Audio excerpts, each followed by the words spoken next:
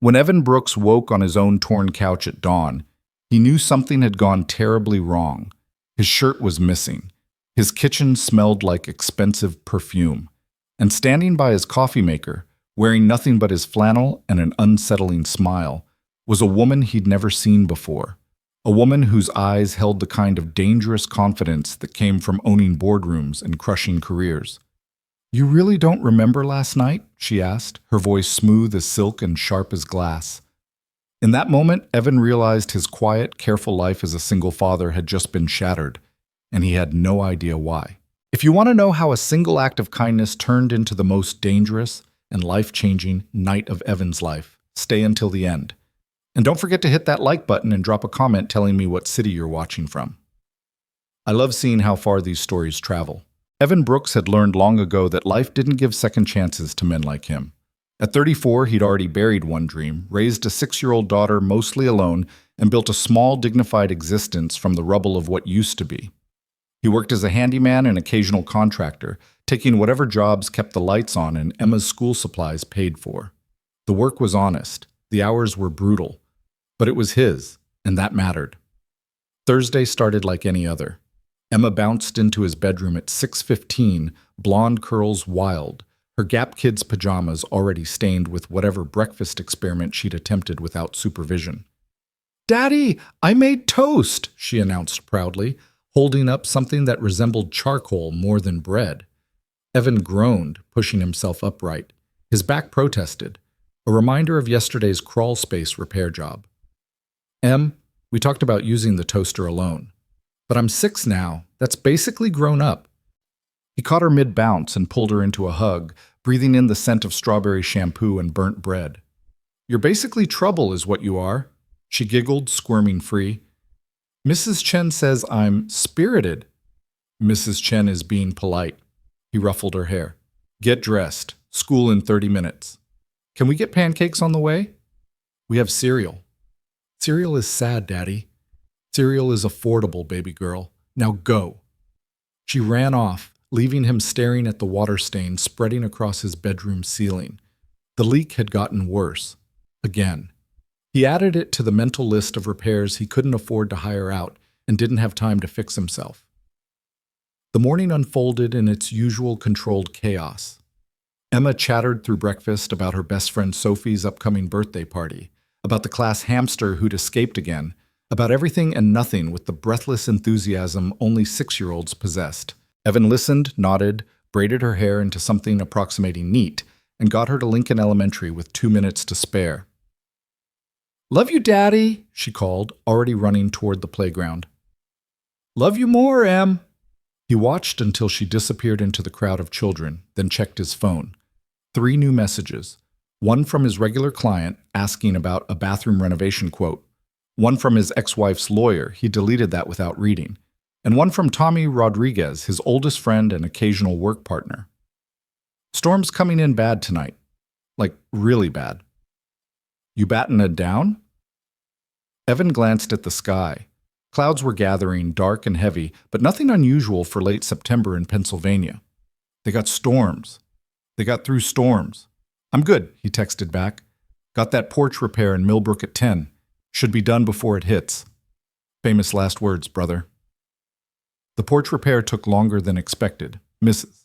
Hendricks, 83 and sharp as a tack, had opinions about every nail Evan hammered and insisted on telling him, in extensive detail, about her grandson's new job in Pittsburgh. By the time he finished, cleaned up, and loaded his truck, it was past 3, and the sky had turned the color of old bruises. His phone buzzed. Emma's school. "Mr. Brooks? It's Principal Morrison. Just wanted to confirm Emma's grandmother is picking her up today, correct?" Evan's chest tightened. "My mother's picking her up, yes. Is there a problem?" "No problem at all. We're just being extra careful with the weather advisory. Some parents are collecting early." "I appreciate the call. She'll be fine with my mom until I get home." He'd already arranged it that morning. His mother, Janet, lived 20 minutes away and helped with Emma whenever Evan's schedule got complicated, which was often. She'd pick Emma up, give her dinner, probably spoil her with too much TV time, and have her back home by 8. It was a system that worked. The rain started as he merged onto Route 22, heading back toward town. Not heavy yet, just persistent, the kind that promised worse to come. Traffic thickened. Everyone had the same idea: get home, get safe, get settled before the real storm hit. Evan was passing the exit for Riverside Drive when he saw the smoke. Black, thick, rising from somewhere off the highway beyond the tree line. His hands tightened on the wheel. Probably nothing. Probably someone's trash fire gotten out of hand. Probably not his problem. But the smoke was wrong. Too much, too fast, and the wind was pushing it sideways in a way that suggested something big was burning. He took the exit. The access road was half flooded already, water rushing across the asphalt in sheets. His truck handled it fine, barely, but he could see why most people had turned back. This area was prone to flooding. The creek that ran parallel to Riverside Drive had a history of jumping its banks during heavy rain. Most of the properties here were set back, elevated, built by people who understood the risks. The burning car was not elevated. Evans saw it as he rounded the curve. A sleek black Mercedes, nose down in the swollen creek, water already halfway up the doors, flames licking from beneath the crushed hood. The driver's side was pinned against a tree. The passenger side faced the road, window shattered, smoke pouring out. No one else had stopped. No one else was here. He slammed on the brakes. "Damn it," he muttered, throwing the truck into park. He grabbed his phone, dialed 911 as he jumped out into the rain. 911, what's your emergency? Car accident, Riverside Drive access road, half-mile past the Route 22 exit. Vehicles on fire, partially submerged. I think someone's inside. Sir, emergency services are delayed due to severe weather. I know, I'm going in. What? He hung up, dropped the phone on his seat, and ran. The water hit him like a punch, cold, fast, deeper than it looked. The creek was nearly a river now, pulling at his legs, trying to drag him downstream. He fought it, pushing forward, the heat from the burning car suddenly intense even through the rain. "Hello?" he shouted. "Anyone in there?" A hand appeared in the broken passenger window, pale, shaking, but moving. Evan lunged for it. The woman inside was conscious but fading fast. Blood streaked her face from a gash above her eyebrow. Her eyes, striking, even through the smoke and pain, fixed on him with desperate clarity. "Can't move," she gasped. Legs trapped. The water was rising. The fire was spreading. Evan didn't waste time with reassurances. "I'm getting you out," he said, and meant it. He braced against the car, ignoring the heat searing his palms through the wet metal, and reached through the window. She was wedged tight, the dashboard crushed inward, pinning her left leg. He couldn't see how bad the damage was. Didn't matter. "What's your name?" he asked, working his hands down along her shoulders, trying to find leverage. "Madeline," she managed. "Okay, Madeline, I'm Evan. This is going to hurt. Everything already hurts. It's about to hurt worse. On 3. 1. He didn't wait for 3. He pulled hard and fast, feeling something give way, hearing her scream tear through the sound of fire and rain. She came free in a rush, dead weight in his arms, and he staggered backward into the water. The current caught them both. For a terrifying moment, they were spinning, sinking, the water over his head and Madeline's weight pulling them down. Evan kicked hard, broke the surface, gasped for air, and kicked again. His feet found purchase on rocks, on mud, on something solid enough to push against. He dragged them both toward the bank, muscles screaming, lungs burning, every instinct screaming at him to let go, to save himself. He didn't let go. They hit the mud at the creek's edge, and Evan hauled them up onto solid ground, collapsing onto his back, with Madeline sprawled across his chest, both of them heaving, soaked, alive. Behind them, the Mercedes exploded. The shockwave rolled over them like thunder, heat and light, and the smell of burning rubber and gasoline. Evan threw his arm over Madeline's head, shielding her from the debris raining down, and waited for the world to stop trying to kill them. When the air finally cleared enough to breathe, he looked down. Madeline's eyes were closed. Her face was pale, but her chest was moving. "Hey," he said, his voice rough. "Madeline, stay with me." Her eyes fluttered open. "You're insane." "You're welcome." She tried to laugh, winced and settled for breathing. My leg. Don't look at it. Just keep breathing. Help's coming. It wasn't, not quickly, but he said it anyway because that's what you did. You lied when the truth was too heavy. He pulled off his jacket, soaked through but better than nothing, and wrapped it around her shoulders. She was shivering violently now, shock setting in. He needed to keep her warm, keep her talking, keep her conscious until the ambulance arrived. Tell me about yourself, he said. You from around here? Pittsburgh, she whispered. Meeting canceled. Was driving home. Long drive in this weather. I've driven in worse. Not anymore, you haven't. From now on, you're hiring a driver. She made a sound that might have been a laugh or a sob. Always have. A driver. Gave him the night off. Evan paused. You have a driver. Had. Fired him 3 weeks ago. Haven't replaced. She trailed off, her breathing getting shallow. Madeline. Hey. Eyes on me.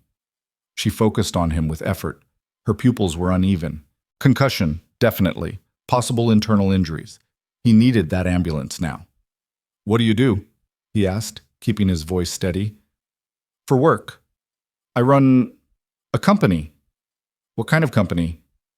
Big one. Despite everything, he smiled. Helpful. Cross Enterprises. You've probably never heard of it. He had. Everyone in Pennsylvania had heard of Cross Enterprises. They owned half the commercial real estate from Philadelphia to Erie, had fingers in manufacturing, tech development, and about a dozen other industries Evan couldn't name. They were the kind of company that made news when they acquired competitors and destroyed careers with quarterly earnings reports. Which meant the woman bleeding out in his arms wasn't just wealthy. She was powerful in a way Evan couldn't begin to comprehend. I've heard of it, he said carefully. Then you know, I'm supposed to be untouchable. Her eyes found his, suddenly sharp despite the pain. But here I am, touched. Yeah, well, fires don't care about your stock portfolio. Neither do you. Lady, I don't even know you. Exactly. She breathed out slowly. That's refreshing. Sirens finally cut through the rain, distant, but getting closer. Evan felt something unclench in his chest. She was going to make it. Probably. Maybe.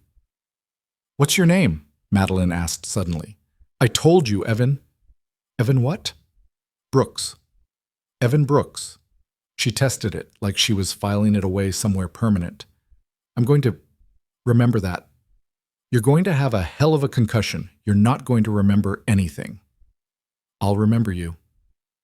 The ambulance appeared around the bend, lights flashing, cutting through the storm.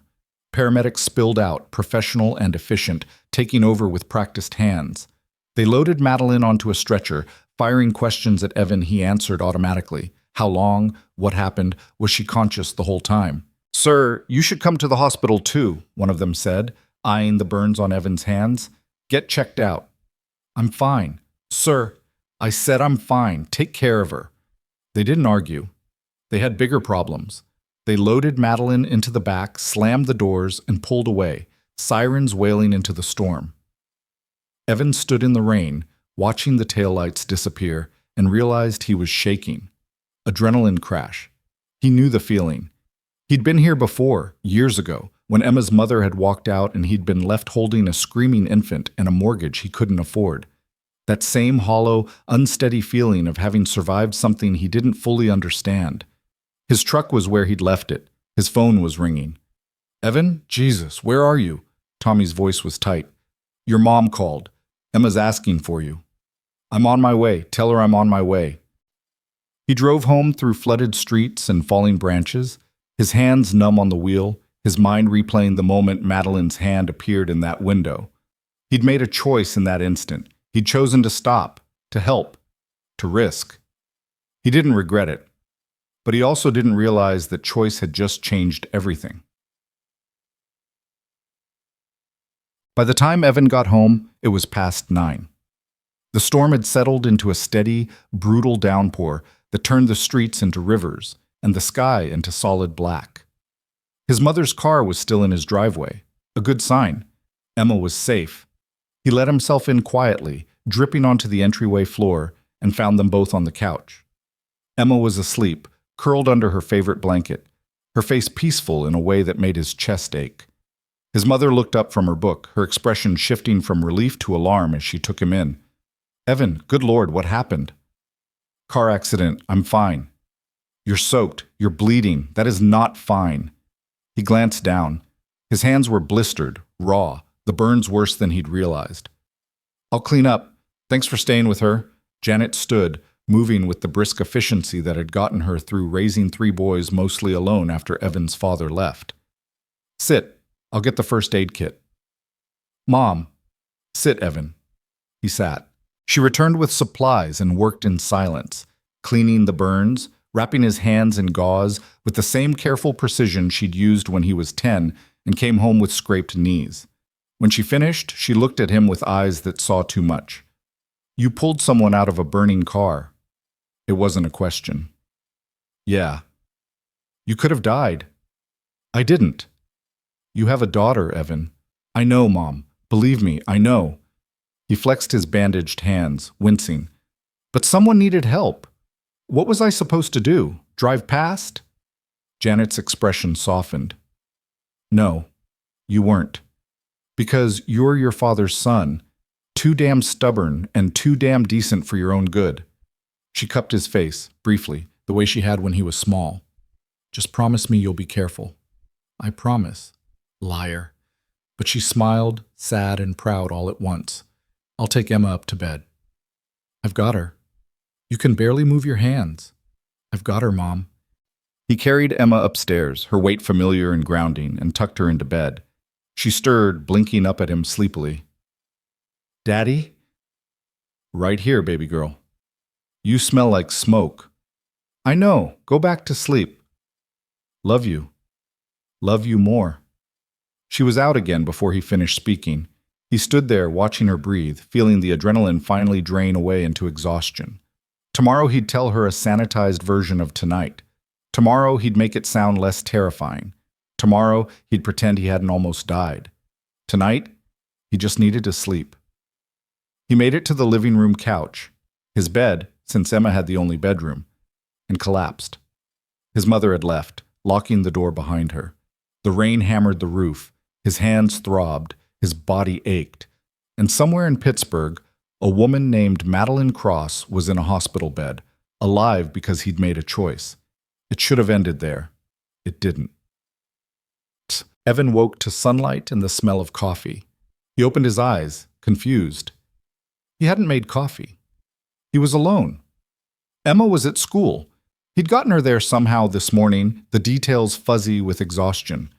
His mother had come by, he thought. Maybe.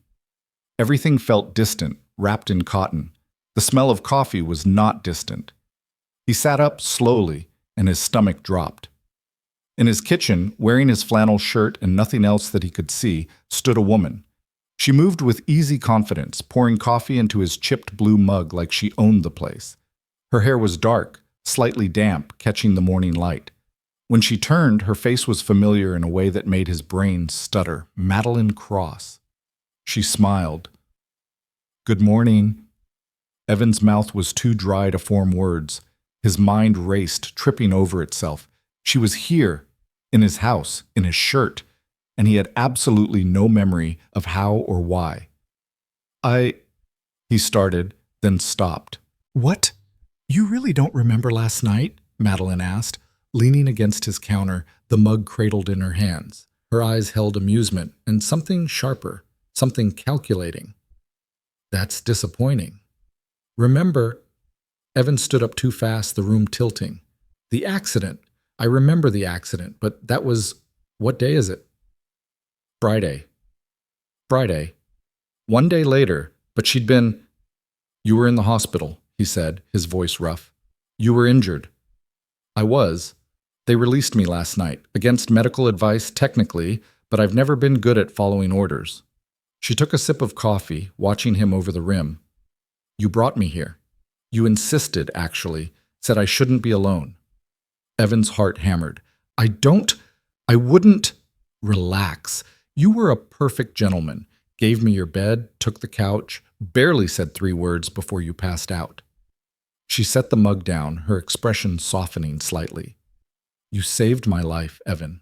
The least I could do was let you play nursemaid for a night. His hands were still bandaged. He remembered that part, remembered coming home, remembered Emma, remembered... The rest was blank. I need you to leave, he said, the words coming out harsher than he intended. I have a daughter. She's at school, but she'll be home in a few hours, and I can't... This can't... I know you have Emma, 6 years old, loves strawberry shampoo, and apparently has strong opinions about breakfast. Madeline's smile turned knowing. You talk about her when you're exhausted. It's sweet. Evan felt exposed, vulnerable in a way he hadn't since his ex-wife left. How do you know? You told me. Last night. You were worried about her, wanted to make sure your mother got her to school okay this morning. You called twice to check. She pushed off the counter, moving closer. I answered your phone the second time. Janet seemed nice. His mother had talked to her. Perfect. He'd never hear the end of this. Why are you still here? He asked, trying to regain some control of a situation that had spiraled entirely out of his grasp. Because I wanted to thank you properly. You just did. No, I thanked you politely. She reached into a bag he hadn't noticed sitting on his kitchen table. Designer, expensive, completely out of place in his cramped apartment, and pulled out an envelope. This is thanking you properly. She held it out. Evan didn't take it. What is that? Money. A lot of it. Enough to make a difference. I don't want your money. Don't be stupid. Everyone wants money. Not from you. Not for this. Madeline's expression shifted, something like surprise flickering across her face. You pulled me out of a burning car. You could have died. The least I can do... The least you can do is leave, Evan said, his voice flat. What I did wasn't for sale. It wasn't transactional. It was human decency, and I'm not taking payment for that. The silence stretched between them, heavy with something Evan couldn't name. Madeline stared at him like he was a puzzle she couldn't solve, her confidence faltering for just a moment. Then she smiled, really smiled, not the polished corporate version, and it transformed her face into something almost vulnerable. You're serious. Completely. You're either the most principled man I've ever met, or the most foolish. Probably both. She laughed, a real sound, and tucked the envelope back into her bag. All right, Evan Brooks, no money, but I owe you, and I always pay my debts. You don't owe me anything. We'll see about that. She collected her things, shoes he hadn't noticed by the door, a jacket draped over his one kitchen chair, and moved toward the exit with the grace of someone used to being watched. At the threshold, she paused, looking back. For what it's worth, she said quietly, you're wrong. What you did was extraordinary, and extraordinary deserves more than gratitude. It deserves nothing, Evan said. It's what anyone should do. But they don't. That's the point. She left, and the apartment felt suddenly too quiet, too small, too ordinary. Evan stood in the middle of his kitchen, staring at the spot where she'd been, and felt the weight of something he couldn't quite articulate settling over him. He'd saved her life, and somehow he had a feeling that was going to cost him more than he'd bargained for. The call came 3 days later, just as Evan was finishing a kitchen sink repair for Mrs. Patterson on Elm Street. Mr. Brooks? The voice was crisp, professional, female. This is Andrea Winters calling on behalf of Madeline Cross. Ms. Cross would like to invite you to dinner this evening at 7. A car will pick you up at your residence. Evan wedged his phone between his shoulder and ear, tightening the last connection under the sink. I appreciate the invitation, but I'll have to pass. Ms. Cross was quite insistent. I'm sure she was. The answer's still no. There was a pause, as if Andrea Winters had never encountered someone who declined Madeline Cross's invitations. May I ask why? Because I don't know her, and I have a daughter to take care of. Tell Miss Cross thank you, but no thank you. He hung up before she could respond, wiped his hands on his work rag, and crawled out from under the sink. Mrs. Patterson stood in the doorway, eyebrows raised. Was that about the woman from the news? Evan froze. What woman? The CEO. The one who was in that terrible accident on Thursday. Mrs. Patterson gestured toward her living room, where her television was always on, always tuned to local news. They've been running the story all weekend. She gave some interview about the man who saved her life. Very dramatic, very mysterious. She wouldn't say who it was. Something cold settled in Evan's stomach. When did this air? Oh, constantly. Friday night, Saturday morning, this morning during breakfast. You haven't seen it? He didn't own a television, couldn't afford cable even if he did. His phone was for calls and texts, not news updates. He'd been living in a bubble, apparently, while Madeline Cross had been broadcasting their story to anyone with a screen. I've been busy, he said, keeping his voice neutral. Sink's fixed. That'll be $80. Mrs. Down. Patterson paid him, added an extra 10 for your trouble, and walked him to the door, still chattering about the news coverage and how romantic it all was. A mysterious hero pulling a beautiful CEO from death's door. Evan smiled, nodded, and got out as fast as he could without being rude. In his truck, he sat for a long moment, hands on the wheel, trying to process. She'd gone public. Not with his name, she'd kept that private at least, but with the story. Which meant people were talking, which meant attention, which meant complications Evan absolutely did not need in his carefully maintained, deliberately quiet life. His phone buzzed. Tommy. Dude, tell me you've seen the news. Just heard about it. I haven't seen anything. Get to a computer. Now. This is insane. I'm working, Tommy. This is more important than work, trust me.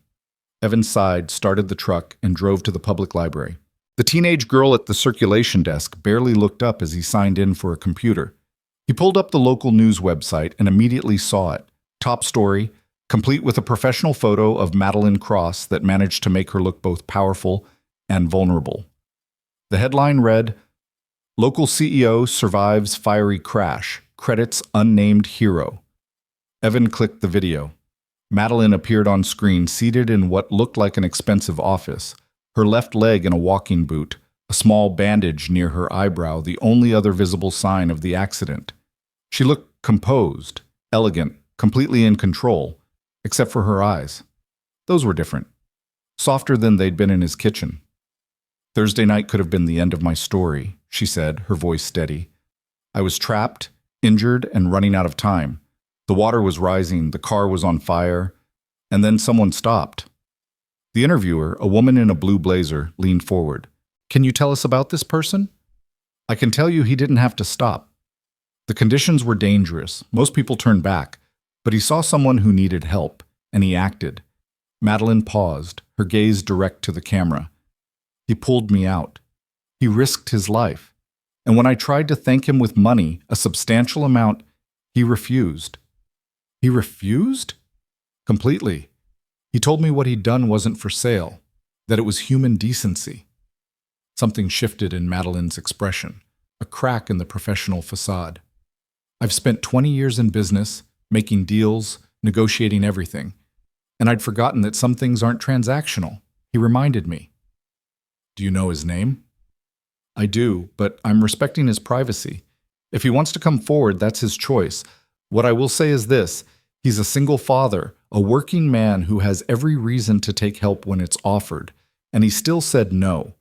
That kind of integrity is rare. That kind of character is worth more than anything I could pay him. The interviewer smiled, clearly charmed. It sounds like he made quite an impression. He saved my life. Of course he did. Madeline's voice softened. But more than that, he reminded me what real strength looks like. Not power, not wealth. Just a person choosing to do the right thing because it's right. We need more of that in the world. The video ended. Evan sat staring at the screen, his chest tight with something he couldn't name. She'd told the truth. She'd kept his name out of it. But she'd also painted him as some kind of saint, which he definitely wasn't. And now the entire region was buzzing with speculation about the mysterious hero who'd rejected money from one of the most powerful women in Pennsylvania. His phone rang. His mother. Evan Michael Brooks, why am I hearing about you on the news from Deborah at church? He closed his eyes. Mom, you pulled a woman out of a burning car and didn't tell me? I did tell you, Thursday night, remember? You said it was a car accident. You didn't say it was Madeline Cross.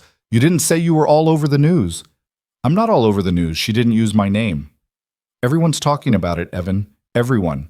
Deborah recognized the description. Single father, handyman. She put two and two together. Deborah needs a hobby. Don't be flippant. This is serious. Do you understand what you've done? Helped someone. That's it. Janet made a sound of pure maternal frustration. You've caught the attention of a woman who could buy this entire town without blinking. That's not just helping someone. That's stepping into a world you don't understand. I'm not stepping anywhere. I helped her. She thanked me. It's over. Is it? Because it doesn't sound over. It sounds like it's just starting. She wasn't wrong. Evan could feel it, the way you feel weather changing, pressure building before a storm. Something had shifted. Something had been set in motion. I need to pick up Emma, he said, glancing at the clock. I'll call you later. Evan? Later, Mom. I promise. He hung up, logged off the computer, and headed to Lincoln Elementary. Emma was waiting by the front doors with her teacher, Mrs. Chen, whose expression suggested she'd also heard the news. Mr. Brooks, could I have a word? Emma ran to him, backpack bouncing. Daddy, Sophie says you're famous. Evan's stomach sank. I'm not famous, Em. Sophie's mom saw you on TV. Sophie's mom saw a story. That's different. He looked at Mrs. Chen. Is there a problem? Not at all. I just wanted to mention some of the children have been talking. You might want to address it with Emma at home. Help her understand the situation. Mrs. Chen smiled, warm and genuine. What you did was very brave, Mr. Brooks. I was just in the right place. No, you were the right person. She squeezed his arm briefly. Emma's lucky to have you. The drive home was filled with Emma's questions, each one harder to answer than the last. Yes, he'd helped someone. No, he wasn't a superhero. Yes, the woman was okay. No, they weren't friends. Yes, it was dangerous. No, he wouldn't do it again. That last one was a lie, and they both knew it. At home, he made Emma mac and cheese while she did homework at the kitchen table, chattering about her day, about Sophie's birthday party next week, about the class hamster who was still missing and probably living in the walls now. Normal. Ordinary. Exactly what Evan needed. His phone buzzed. Unknown number. He considered not answering, considered letting it go to voicemail, pretending he hadn't seen it, but something made him pick up. Mr. Brooks, this is Richard Sutton. I'm an attorney with Cross Enterprises. Evan's grip tightened on the phone. I already told your people no. I understand, and I apologize for the persistence. However, Ms. Cross asked me to convey something she thought you should know. The media attention has intensified. Your identity, despite our best efforts, may not remain private much longer. Ms. Cross wants to discuss how to handle that, should it happen. There's nothing to handle. I'm nobody. This will blow over. With respect, sir, you underestimate public interest. A story like this, a working-class hero rejecting money from a billionaire, that's the kind of narrative people want. It's already trending on social media. Local reporters are digging. It's only a matter of time. Evan looked at Emma, absorbed in her math worksheet, blissfully unaware of storms gathering. What does she want? Just a conversation. 1 hour. At your convenience. Fine. Tomorrow, 6 o'clock. But not at her office and not at my place, somewhere public. I'll arrange it and send you the details. Thank you, Mr. Brooks. The next evening, Evan found himself sitting in a quiet corner booth at Riverside Cafe, a coffee shop far enough from town that no one would recognize him but public enough that he felt safe. Madeline arrived exactly on time, walking without the boot now, moving carefully but confidently. She wore jeans and a simple sweater, still expensive probably, but understated, trying to blend in. It almost worked. She slid into the booth across from him, her eyes searching his face. Thank you for meeting me. Your lawyer said I didn't have a choice. You always have a choice, Evan. That's kind of your whole thing. She ordered coffee when the waitress appeared, waited until they were alone again. I'm sorry about the media circus. Are you? Because you're the one who gave the interview. I gave one interview, a controlled message to stop speculation and protect your privacy. What I didn't anticipate was how much people would care. She wrapped her hands around her coffee cup, a gesture that reminded him of how she'd looked in his kitchen, vulnerable in his oversized shirt. The story resonated. People want heroes. They want to believe someone out there still does the right thing without expectation of reward. I'm not a hero. I'm a guy who stopped. Which makes you exactly what they're looking for. Madeline leaned forward. Here's the situation. 3 reporters have already connected enough dots to narrow the search to this area. One has your name but hasn't published yet. Professional courtesy, since I asked. That won't last. By the end of the week, maybe sooner, you're going to be the story. Evan felt the walls closing in. What do you want me to do about it? Let me help. Let me use my resources to control the narrative before it controls you. I don't want a narrative. I want to be left alone. I understand that, but it's too late. The attention is coming whether you want it or not. The question is whether you face it prepared or blindsided. Her voice softened. I know what it's like to be thrust into public scrutiny when you're not ready. It's invasive, it's brutal, especially when you have someone to protect. Don't bring Emma into this. I'm trying to keep her out of it. That's the point. Madeline pulled out a tablet, tapped the screen, turned it to face him. These are the headlines from the last 48 hours. Look at the comments. Evan scanned the screen. Hundreds of comments, thousands, people speculating, people praising, people already digging through public records trying to identify him. Someone had posted a photo of the accident scene. Someone else had enhanced it, trying to catch a glimpse of him through the rain. It's not going to stop, Madeline said quietly. Not unless we give them something, a statement, an interview, something that satisfies the curiosity and lets you disappear again. And what do you get out of this? Honestly? Peace of mind. I owe you my life, Evan. The least I can do is make sure this doesn't destroy yours. He studied her across the table. This woman who'd walked into his life by accident and stayed by choice, who looked at him like he was a puzzle worth solving. She meant it. Whatever her angle, whatever her game, she genuinely wanted to help, which scared him more than the media attention. One statement, he said finally. One, and then you back off. Deal. They spent the next hour crafting it. Madeline pulled in her PR team via video call, professionals who asked questions Evan didn't want to answer and suggested angles he refused to take. In the end, they settled on something simple. Evan Brooks confirmed he'd assisted in the rescue, appreciated the public's interest, but requested privacy for himself and his daughter. No interviews, no photos, just a brief acknowledgement and a door firmly closed. The statement went out that night. By morning, it had been picked up by every major outlet in the region. The attention didn't stop. It intensified. Reporters showed up at Lincoln Elementary. They left notes on Evan's truck. They called his phone. Numbers he didn't recognize, voices asking for just 5 minutes of his time. Mrs. Patterson started screening his calls. Tommy ran interference at job sites. His mother showed up with groceries and lectures about keeping his head down. And through it all, Madeline stayed in contact. Not pushy, not invasive, just present. A text checking in, a call from her lawyers making sure no one was harassing Emma. Resources offered and mostly declined. On Friday, exactly 1 week after the accident, Evan was installing new gutters on the Hendersons' garage when his phone rang. Unknown number, but not one of the reporters. He answered cautiously. Mr. Brooks, this is Dale Foster from Pennsylvania Family Services. We received a complaint regarding your daughter's welfare and need to schedule a home visit. The world tilted. What complaint? I'm not at liberty to discuss details over the phone. When would be convenient for us to meet? There's no complaint. My daughter is fine. I understand this is difficult, but it's procedure. We take all reports seriously. Evan's hands shook. This is because of the news. Someone saw the story and decided, Mr. Brooks, I really can't discuss. Monday. You can come Monday, after Emma's in school. That works.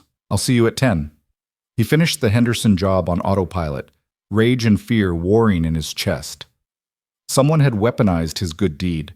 Someone had seen him on the news and decided he was an unfit parent because he'd taken a risk, because he'd gotten attention, because he was visible. He called Madeline. She answered on the first ring. Evan? I need a lawyer. A good one, now. What happened? He told her. Everything. The call, the complaint, The home visit scheduled for Monday morning. His voice cracked halfway through, and he hated it. Hated feeling helpless. Hated needing help from someone he barely knew.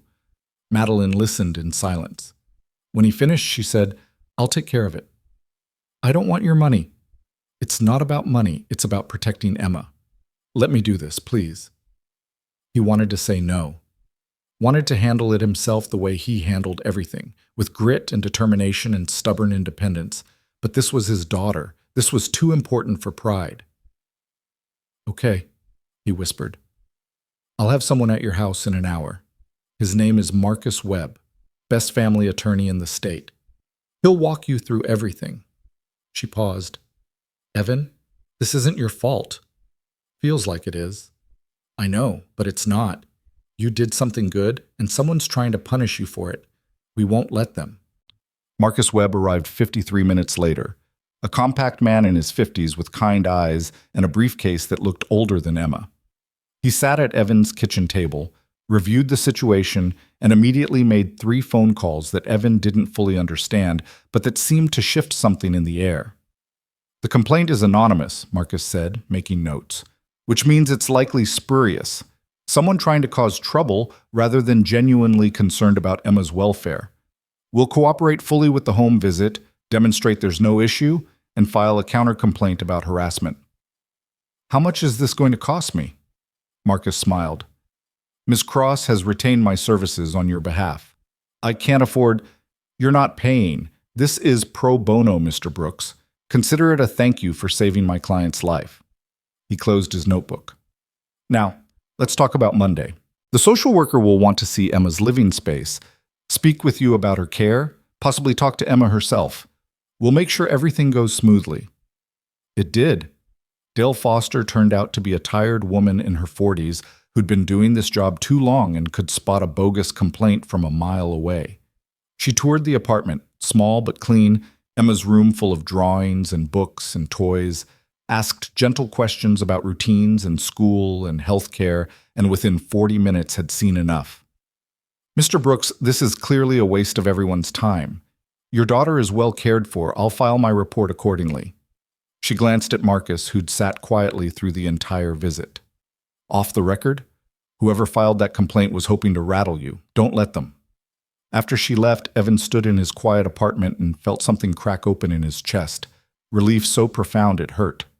Marcus packed his briefcase. "You're clear, but I'd recommend keeping me on retainer for the next few months, just in case anything else comes up." "I told you, I can't." "Pro bono means free, Mr. Brooks. Ms. Cross insists."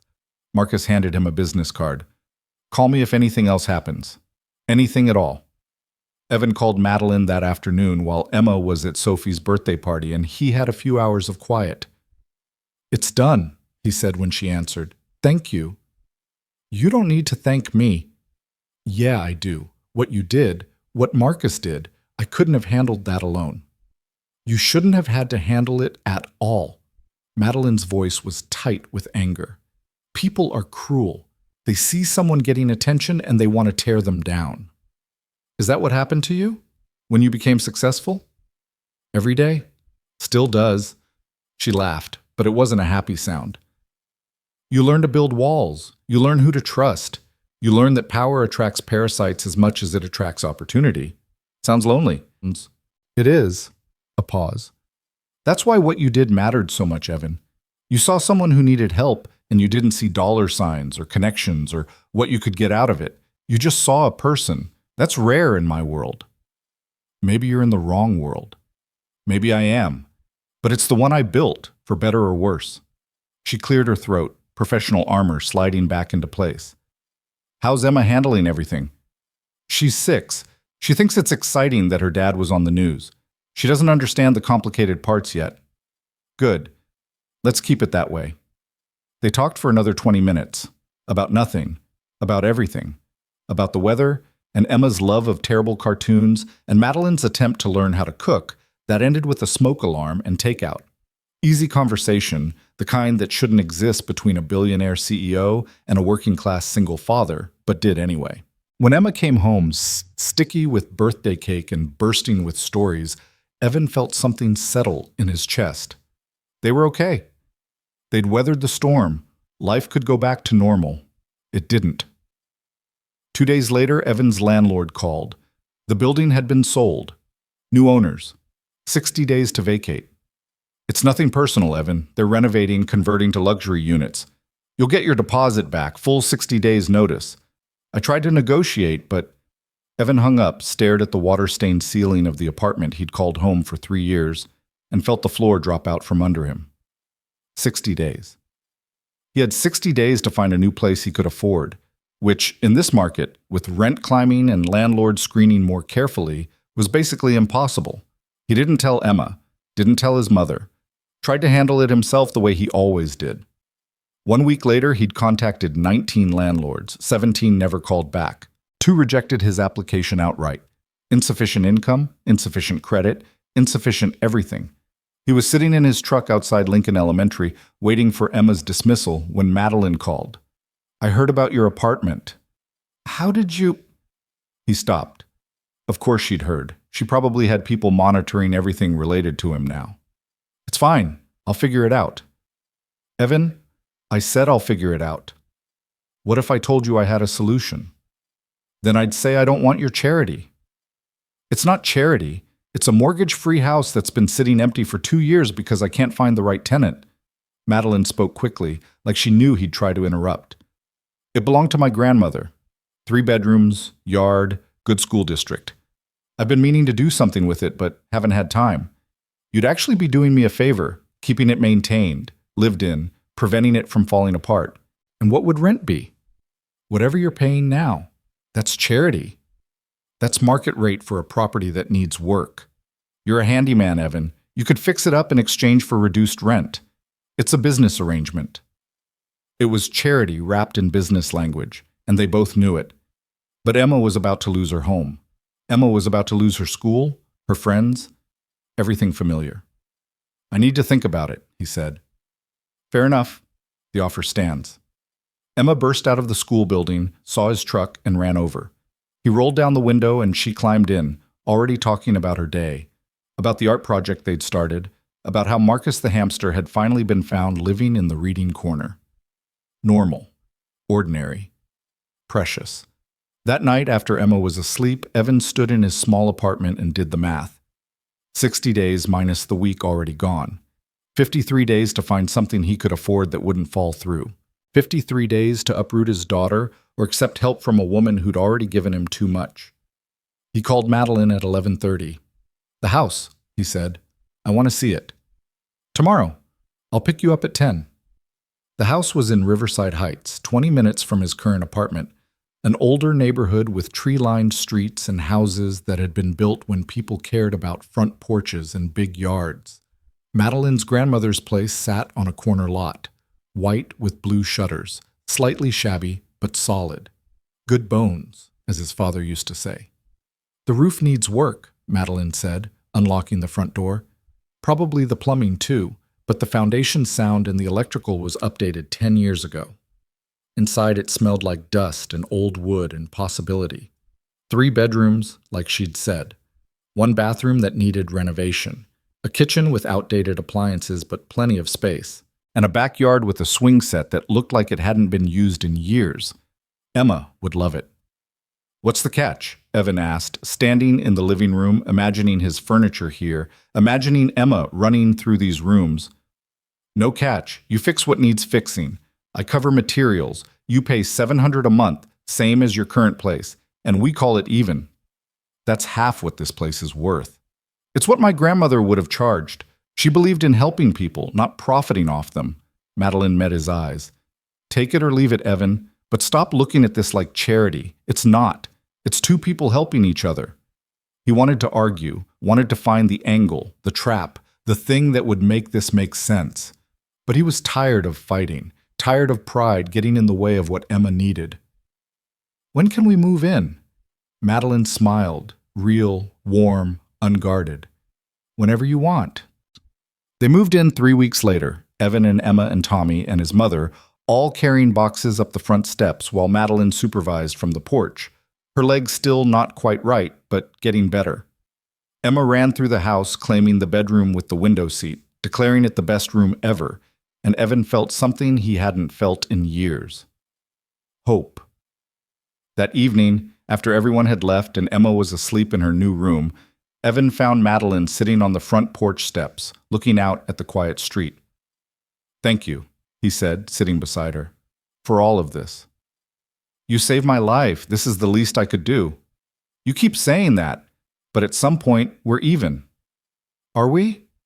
She turned to look at him, her expression unreadable in the porch light. "Because from where I'm sitting, you gave me something I didn't know I needed. A reminder that good people still exist, that kindness matters. That's worth more than any house. You're giving me too much credit. And you're not giving yourself enough." She stood, dusted off her jeans. "I should go. You have a lot of unpacking to do." "Madeline?" She paused at the bottom of the steps. "Why are you really doing this?" She was quiet for a long moment. "Because you saw me at my worst, trapped, terrified, vulnerable. And you didn't see an opportunity. You saw a person who needed help. No one's looked at me that way in 20 years, Evan. Maybe I'm trying to return the favor."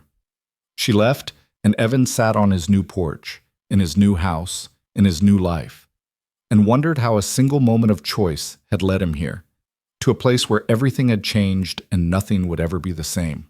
The media attention faded gradually, the way storms do after they've spent their fury. By October, Evan's name was yesterday's news, replaced by election coverage and a scandal involving a state senator and misused campaign funds.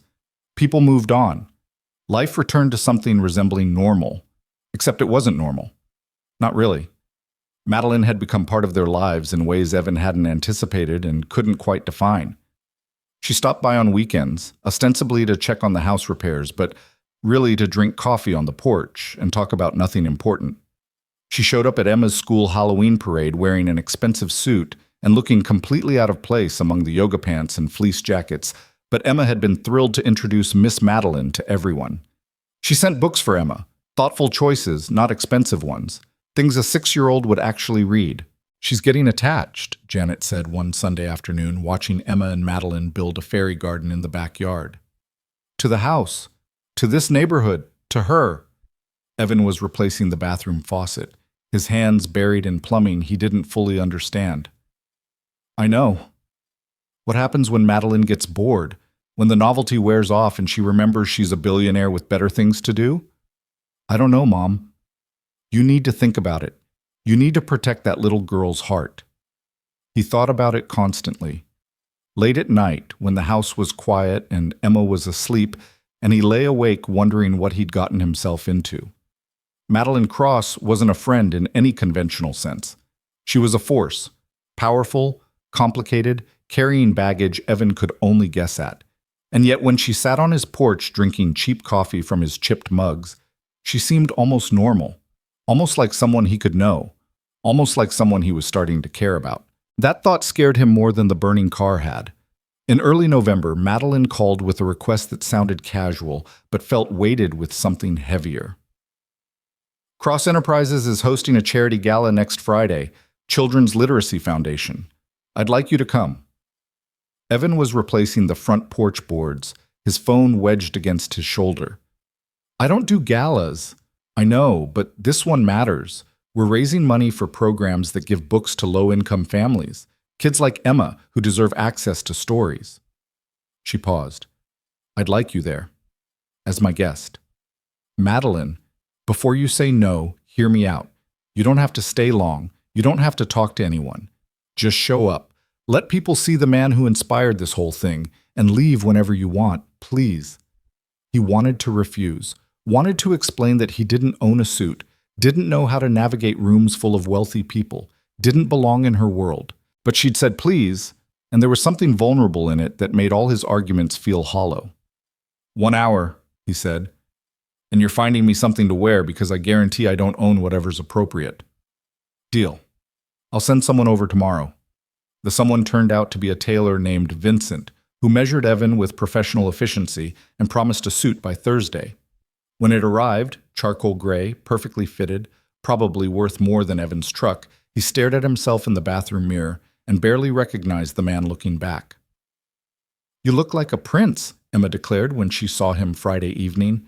His mother was staying over to watch her, and Emma was treating the whole thing like a fairy tale. I look ridiculous, Evan muttered. You look distinguished, Janet corrected, adjusting his tie. Try to enjoy yourself. When's the last time you did something that wasn't work or Emma? He couldn't remember, years probably. The car Madeline sent was a black town car with a driver named Marcus, who called him Sir, and knew better than to make small talk. They drove to the Riverside Grand Hotel, a historic building downtown that Evan had passed 1,000 times but never entered. Tonight, it was lit up like a beacon, luxury cars lined up at the valet, people in evening wear streaming through the doors. Evan's palms were sweating. Mr. Brooks? Marcus had opened his door. Miss Cross is waiting inside. Right. Of course she was, because leaving him to navigate this alone would be cruel, and whatever else Madeline was, she wasn't cruel. The lobby was overwhelming, crystal chandeliers, marble floors, the sound of a string quartet drifting from somewhere deeper in the building. People mingled in clusters, everyone looking effortlessly elegant, everyone belonging here in ways Evan never would. He spotted her near the entrance to the ballroom, wearing a dark blue gown that managed to be both stunning and understated, her hair up, her whole presence radiating the kind of confidence that came from owning rooms like this. When she saw him, something shifted in her expression. Surprise, maybe. Or appreciation. Evan? She crossed to him, her heels clicking on the marble. You look uncomfortable? I was going to say handsome. She smiled, took his arm. Thank you for coming. I know this isn't easy for you. Nothing about the last 2 months has been easy for me. Fair point. She guided him toward the ballroom. The format's simple. Cocktail hour, then dinner, then a short program with speeches, and an auction. You don't have to bid on anything. Just smile and nod and try not to look like you're planning an escape. I'm absolutely planning an escape. I know. That's what makes you interesting. The ballroom was even more impressive than the lobby. Floor-to-ceiling windows overlooking the river, round tables set with white linens and elaborate centerpieces, a stage at the far end draped in deep blue fabric. Easily 300 people, all of them wealthy, all of them comfortable in spaces like this. Evan felt like an imposter.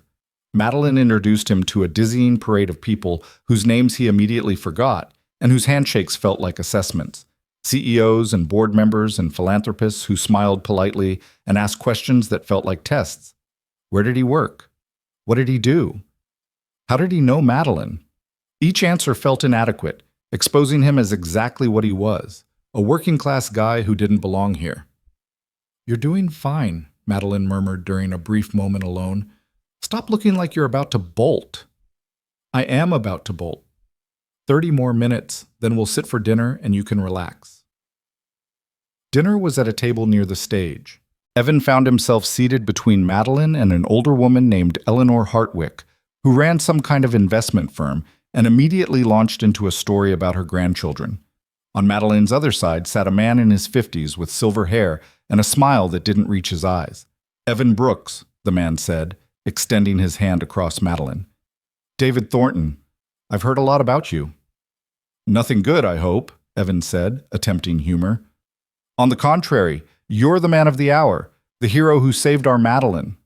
Thornton's tone was light, but something underneath felt sharp. Must have been quite an experience. It was an accident. A fortunate one.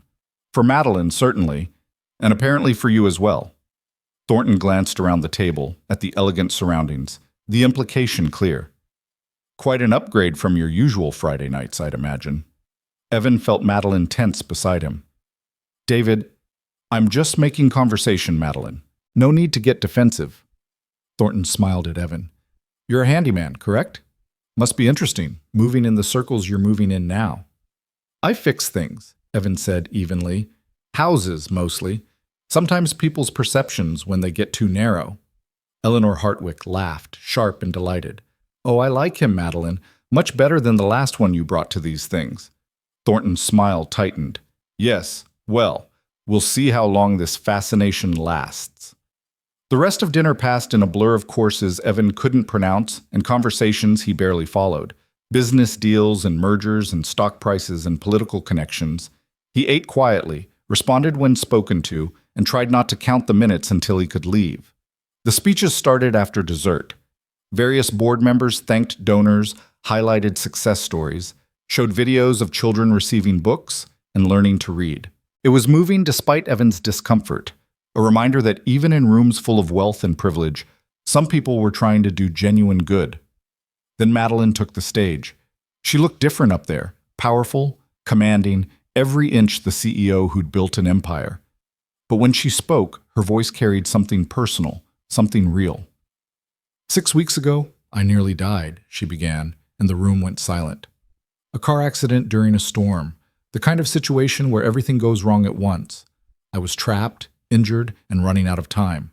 And then someone stopped. Someone who didn't have to, who had every reason to keep driving, who had his own life and his own problems, but he stopped.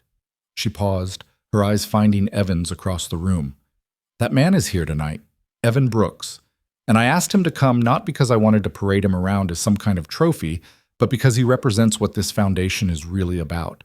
He represents the idea that ordinary people doing ordinary things can change lives, that kindness matters, that character isn't measured by wealth or status, but by what you do when no one's watching and there's nothing in it for you. The applause started, spreading through the room, and Evan felt every eye turn toward him. His face burned. He wanted to disappear. Evan refused payment for saving my life, Madeline continued. He refused compensation, refused publicity, refused everything except the simple acknowledgement that he'd done what anyone should do. That kind of integrity inspired me. It reminded me why I started this foundation in the first place, to help people who need it, who deserve it, who might not have anyone else stopping for them. More applause. Evan's hands were shaking under the table. So tonight, I'm announcing a new initiative. The Brooks Family Fund will provide direct financial assistance to single parents struggling to make ends meet. Housing support, childcare, education, the things that make the difference between surviving and thriving. Because Evan taught me something important. He taught me that the strongest people aren't the ones with the most power. They're the ones who keep going despite having every reason to quit. They're the ones who put their children first, who work impossible hours, who build dignity from nothing. Those are the people worth investing in. The room erupted. People stood, applauding, some of them turning to Evan with expressions of admiration or curiosity or assessment. He couldn't move, couldn't breathe, couldn't process that Madeline had just announced a charity program named after him and his daughter. She left the stage, worked her way through the crowd, and appeared at his side. "Breathe," she said quietly. "You're turning purple." "You named it after Emma." "I named it after both of you. Is that okay?" Was it okay? He'd spent 34 years trying to be invisible, trying to keep his head down and his business private. And now his name was attached to a foundation that would be public, permanent, impossible to walk away from. "I should have asked first," Madeline said, reading his silence correctly. "I'm sorry. I got carried away." "How much?" Evan managed. "How much money are we talking about?" "Initial funding is $5 million.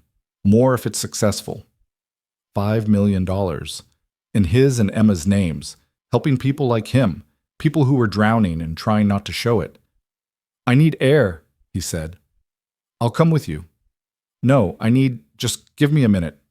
He walked out, through the ballroom, through the lobby, out into the November cold. The river was dark beyond the hotel's lights, the city spread out along its banks, and Evan stood there trying to make sense of a world that had tilted so far off its axis he couldn't find level ground anymore. "She means well." David Thornton appeared beside him, cigarette in hand. "But Madeline has a tendency to get swept up in things. People, particularly. She builds them up, invests in them, makes them feel special. And then she moves on." "Why are you telling me this?" "Because I've known Madeline for 15 years. I've seen this pattern before." Thornton exhaled smoke. "You're not the first person she's tried to save. You won't be the last." "I didn't ask to be saved." "No, but you accepted it anyway. The house, the lawyer, the suit you're wearing." Thornton gestured at him. "You're already in deep, Mr. Brooks. Question is, what happens when she gets bored? When the novelty wears off and you're just another charity case?" Evan's hands curled into fists. "You don't know anything about me. I know you're out of your depth. I know you're playing a game you don't understand with stakes you can't afford. Thornton dropped his cigarette, crushed it under his heel. I'm not trying to be cruel, I'm trying to be honest. Madeline's world eats people like you alive. Protect yourself. Protect your daughter. Before it's too late. He walked back inside, leaving Evan alone with doubts that felt like poison spreading through his chest. When Madeline found him 20 minutes later, he was still standing by the river, hands shoved in his pockets, trying to sort through everything Thornton had said and everything he felt and whether any of this made sense. David got to you, she said. It wasn't a question. He said you have a pattern, that you save people and then move on. David's an ex-boyfriend who never got over the fact that I chose my career over him. He's bitter and petty and half the reason I don't date anymore. She stood beside him, close enough that he could feel her warmth. But he's not entirely wrong. I do have a pattern. I see problems and I try to fix them. Sometimes I overstep. Sometimes I push too hard. Sometimes I forget that people aren't projects. Is that what I am? A project? No. She turned to face him, her expression fierce.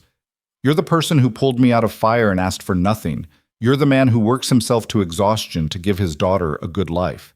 You're someone who made me remember what integrity looks like. That's not a project, Evan. That's... She stopped, something vulnerable flashing across her face. That's something I didn't know I needed. The air between them felt charged, dangerous. Evan could feel the pull of her, the temptation to step closer, to believe that someone like Madeline Cross could see something worth wanting in someone like him. I don't belong in your world, he said. I know. Tonight, the gala, the foundation, it's not me. I know that too. So what are we doing? What is this? Madeline was quiet for a long moment. When she spoke, her voice was careful, measured. I don't know. But I know I don't want to stop. I know that when I'm with you, I feel like myself in ways I haven't in years. I know that Emma makes me laugh and your mother intimidates me and you challenge me without even trying. I know this is complicated and probably a terrible idea, and I should walk away before either of us gets hurt. She met his eyes. But I don't want to walk away. Madeline, you don't have to say anything. You don't have to decide anything tonight. Just think about it. Think about whether maybe this thing between us, whatever it is, might be worth the complication. She left him there, returned to the gala, and Evan stood in the cold trying to imagine a future where this made sense, where a billionaire CEO and a single father handyman could build something real, where the distance between their worlds wasn't an impossible chasm, but a bridge they could cross together. It seemed insane. It seemed impossible. But standing there, watching lights reflect off the dark water, Evan realized he wanted to try anyway. He found her 20 minutes later, back in the ballroom, surrounded by people congratulating her on the new fund. She saw him coming and excused herself, meeting him halfway. I'm not good at this, Evan said without preamble. Dating, relationships, any of it. I've been focused on Emma for 6 years. I don't have time or energy for complications. I understand. But, he continued, I also haven't felt this way about someone in a long time, maybe ever, and I think if I walked away without seeing where this goes, I'd regret it. Madeline's smile was small, careful, hopeful. So what are you saying? I'm saying let's try. Slow, careful, with Emma's best interest first. But let's try. Okay, she said softly. Okay. They didn't kiss. The moment was too public, too watched, too fragile for that. But when she took his hand, lacing their fingers together, it felt like a promise, like the beginning of something that would either save them both or destroy them trying. The following weeks were strange, navigating this new territory between friendship and something more. Madeline came by the house more often, stayed for dinner, helped Emma with homework in ways that suggested she was better at calculus than she let on. They went to Emma's school play together, Evan in the audience with the other parents, Madeline beside him looking out of place but genuinely delighted. They took Emma to the park on Sunday afternoons, pushed her on swings, watched her make friends with other kids, and tried not to acknowledge how much they looked like a family. Janet noticed, of course. Mothers always did. You're falling for her, she said one evening, watching Evan watch Madeline read to Emma before bed. It's complicated. Love usually is. Question is, can you handle it when her world comes calling? When business trips and board meetings and society obligations take precedence? I don't know, Mom. We're taking it day by day. That's not a plan, Evan. That's denial. Maybe it was. But for the first time in 6 years, Evan felt like he was living instead of just surviving. He felt like the tight knot of fear and exhaustion that had lived in his chest since his ex-wife left was finally loosening. He felt like maybe, possibly, there could be more to his life than work, and Emma, and the quiet desperation of making ends meet. He felt like maybe he deserved something good. The call came on a Tuesday afternoon in mid-November. Evan was replacing the kitchen sink when his phone rang, Madeline's office number. "Evan, it's Andrea. Ms. Cross asked me to let you know she'll be out of town for the next 2 weeks. Business in California, board meetings, some acquisitions that need her attention. 2 weeks. It was nothing. People traveled for work. It was normal, but it felt like the first crack in the foundation they'd been building. Okay, Evan said. Thanks for letting me know. She wanted to call herself, but the schedule's been insane. She said she'll video call Emma when she can. Video calls. Not the same as showing up for dinner, reading bedtime stories, being present in the small, ordinary ways that mattered. Emma took the news hard. But she promised we'd go see the Christmas lights downtown this weekend, she said, her bottom lip trembling. She promised. Something came up for work, baby girl. It happens. But she promised. Evan had no good answer for that. Promises meant something to 6-year-olds. Promises were absolute, unbreakable, sacred. The adult world of complications and competing priorities didn't exist yet for Emma. He hoped it never would. Madeline called that night, her voice tired, apologetic. I'm sorry. This merger came up suddenly, and the board insisted I handle it personally. It's fine. You have a job to do. It's not fine. I promised Emma we'd see the lights. I hate breaking promises to her. I'll take her. We'll take pictures, video chat you from there. She'll understand. Will she? Madeline sounded uncertain in ways Evan had never heard from her. I'm not good at this, Evan. The personal stuff. I've spent 20 years putting work first and everything else second. I don't know how to change that. Then maybe you need to figure it out. Because Emma doesn't understand second place. Kids don't work that way. The silence on the other end was heavy. When Madeline spoke again, her voice was small. I don't want to hurt her. Then don't. Be present when you're here. Follow through on promises. Show up. He softened his tone. I know your work matters. I'm not asking you to give that up. I'm asking you to find balance. What if I can't? It was the question Evan had been avoiding, the fear he hadn't wanted to name. What if this, them, whatever they were building, was impossible? What if Madeline's world and his couldn't coexist? What if someone got hurt trying to bridge a gap that was always going to be too wide? Then we figure it out, he said, because what else could he say? Together. The 2 weeks stretched into 3. Madeline called when she could, video chatted with Emma, sent gifts that arrived by courier and felt like apologies. Emma accepted them with the resilient confusion of childhood, not quite understanding why Miss Madeline was gone, but trusting she'd come back. Evan was less certain. David Thornton's words echoed in his head during quiet moments. She gets swept up in things. She builds people up and then moves on. You're out of your depth. Maybe he was. Maybe this whole thing had been a fantasy from the start. 2 people from incompatible worlds pretending proximity could overcome reality. When Madeline finally returned, she looked exhausted, thinner. The light in her eyes dimmed by weeks of conference rooms and negotiations and the weight of running an empire. She showed up at the house on a Saturday morning, knocked softly, and when Evan opened the door, she just stood there looking lost. I missed you, she said. We missed you too. Emma thundered down the stairs, threw herself at Madeline with the uncomplicated joy of children, and Evan watched them, this powerful woman who commanded billions brought to her knees by a 6-year-old's hug, and felt something shift in his chest. Maybe they could figure this out. Maybe love wasn't about perfect compatibility, but about choosing each other despite the complications. Maybe the distance between their worlds wasn't a wall, but a challenge worth facing. Or maybe he was fooling himself. That afternoon, while Emma napped, Madeline and Evan sat on the porch drinking coffee in comfortable silence. The neighborhood was quiet, leaves falling in the November wind, the world preparing for winter. I brought you something, Madeline said, pulling an envelope from her bag. A contract, official terms for the house, rent, maintenance responsibilities, everything legally documented. Evan took it, surprised. Why now? Because David was right about one thing. I do have a pattern of making things personal that should be professional, and I don't want this, the house, your stability, Emma's home, to be dependent on whatever happens between us. She met his eyes. If we don't work out, if this thing between us falls apart, I don't want you to lose what you've built here. So I'm making it official. Business arrangement, legal protections. Your home stays your home regardless. It was practical, thoughtful, the kind of thing someone did when they were thinking long-term, when they were protecting people they cared about. It also felt like she was preparing for failure. What if we do work out? Evan asked. Then we renegotiate, together, as partners.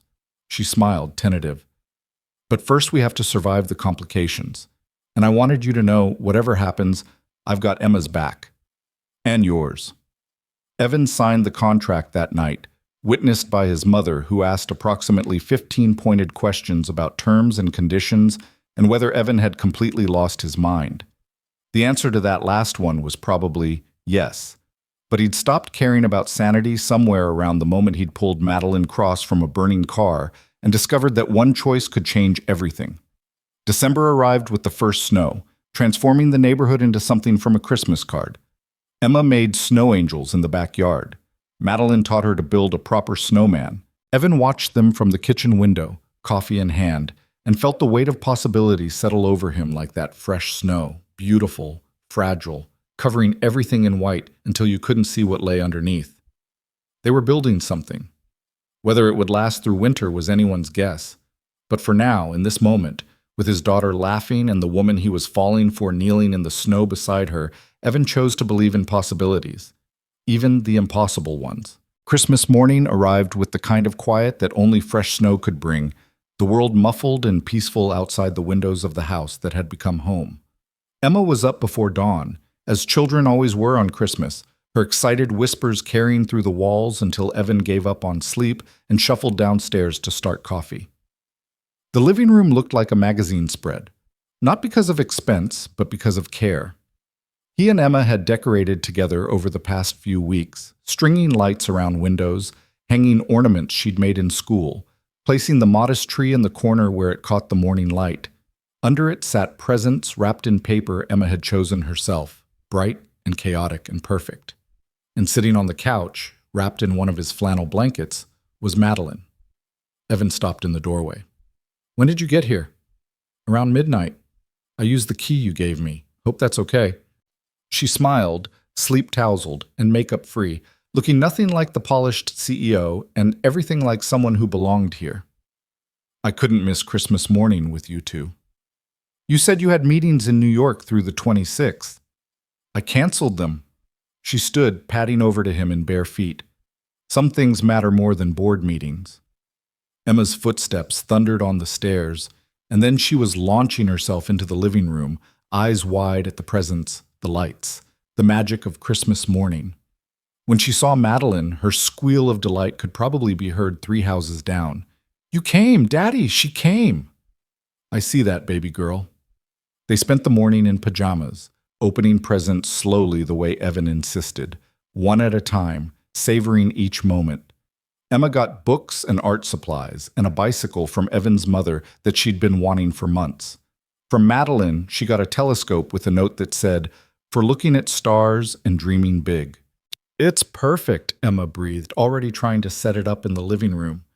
That's for outside, Em, Evan said. When it's not freezing? But I want to use it now. Madeline laughed. Tell you what, tomorrow night, if it's clear, we'll go stargazing. Deal? Deal. Evan's gifts were more modest. A new set of work gloves from Emma, a framed drawing she'd made of the 3 of them that made his throat tight, and from Madeline, a leather tool belt with his initials engraved on the buckle. It's too much, he said automatically. It's practical. You needed a new one. Yours is falling apart. She pulled out a second package, smaller, wrapped in plain paper. This is the real gift. Inside was a simple frame, and inside that was a photo he'd never seen. Madeline in the hospital the day after the accident, battered and bandaged but smiling at the camera. On the back, in her handwriting, "The day everything changed. Thank you for being brave enough to stop." Evan couldn't speak around the emotion lodged in his chest. "Too much?" Madeline asked quietly. He shook his head, pulled her close, and held on while Emma chattered about stars and bicycles and whether Santa had eaten all the cookies they'd left out. Janet arrived mid-morning with enough food to feed 10 people and opinions about everything. She'd softened toward Madeline over the past months, though she still watched their interactions with the protective wariness of a mother who'd seen her son hurt before and would do anything to prevent it happening again. "How long are you staying?" she asked Madeline while they worked together in the kitchen, Evan banished to the living room with Emma. "Through New Year's. I cleared my schedule." "That's almost 2 weeks. What about your company?" "My company will survive without me for 2 weeks. They might even thrive." Madeline was chopping vegetables with the careful precision of someone who'd learned to cook from YouTube videos. "I know you worry about Evan, about Emma.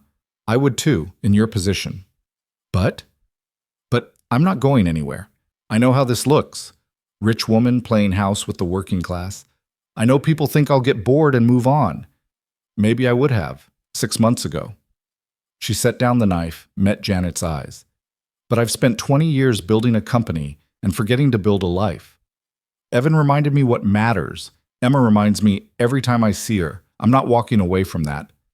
Janet studied her for a long moment. "You hurt them, and you'll answer to me." "I'd expect nothing less." They called a truce after that, unspoken but real, and Christmas dinner was chaotic and warm and everything a holiday should be.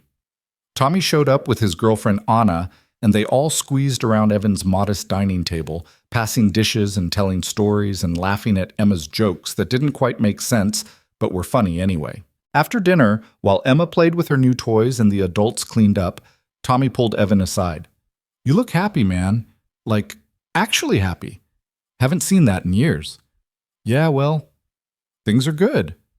"Things are terrifying, you mean? You're dating a billionaire. That's insane." "I'm aware. But you're doing it anyway." "Yeah, I am."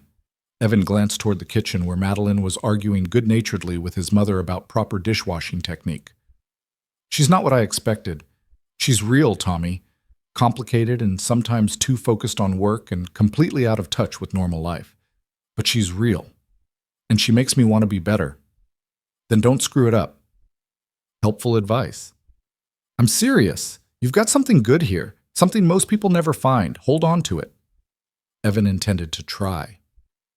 The week between Christmas and New Year's fell into an easy rhythm. Madeline worked mornings from Evan's kitchen table, laptop and phone, and video conferences that sometimes made Emma giggle at the serious business talk. Afternoons were for them. Ice skating at the community rink, building an elaborate snow fort in the backyard, teaching Emma to make hot chocolate the way Evan's grandmother had taught him. Evenings were movie marathons and board games, and Emma falling asleep between them on the couch, content and secure in ways that made Evan's chest ache with hope and fear in equal measure. On the 28th, after Emma was in bed, Madeline pulled out her tablet. "I want to show you something. The Brooks Family Fund launched officially last week." She brought up a website, clean and professional, with photos of families and children and the kind of hope that only came from having a safety net when you were falling. The homepage had a counter showing donations received, applications processed, families helped. 53 families in the first week, Madeline said.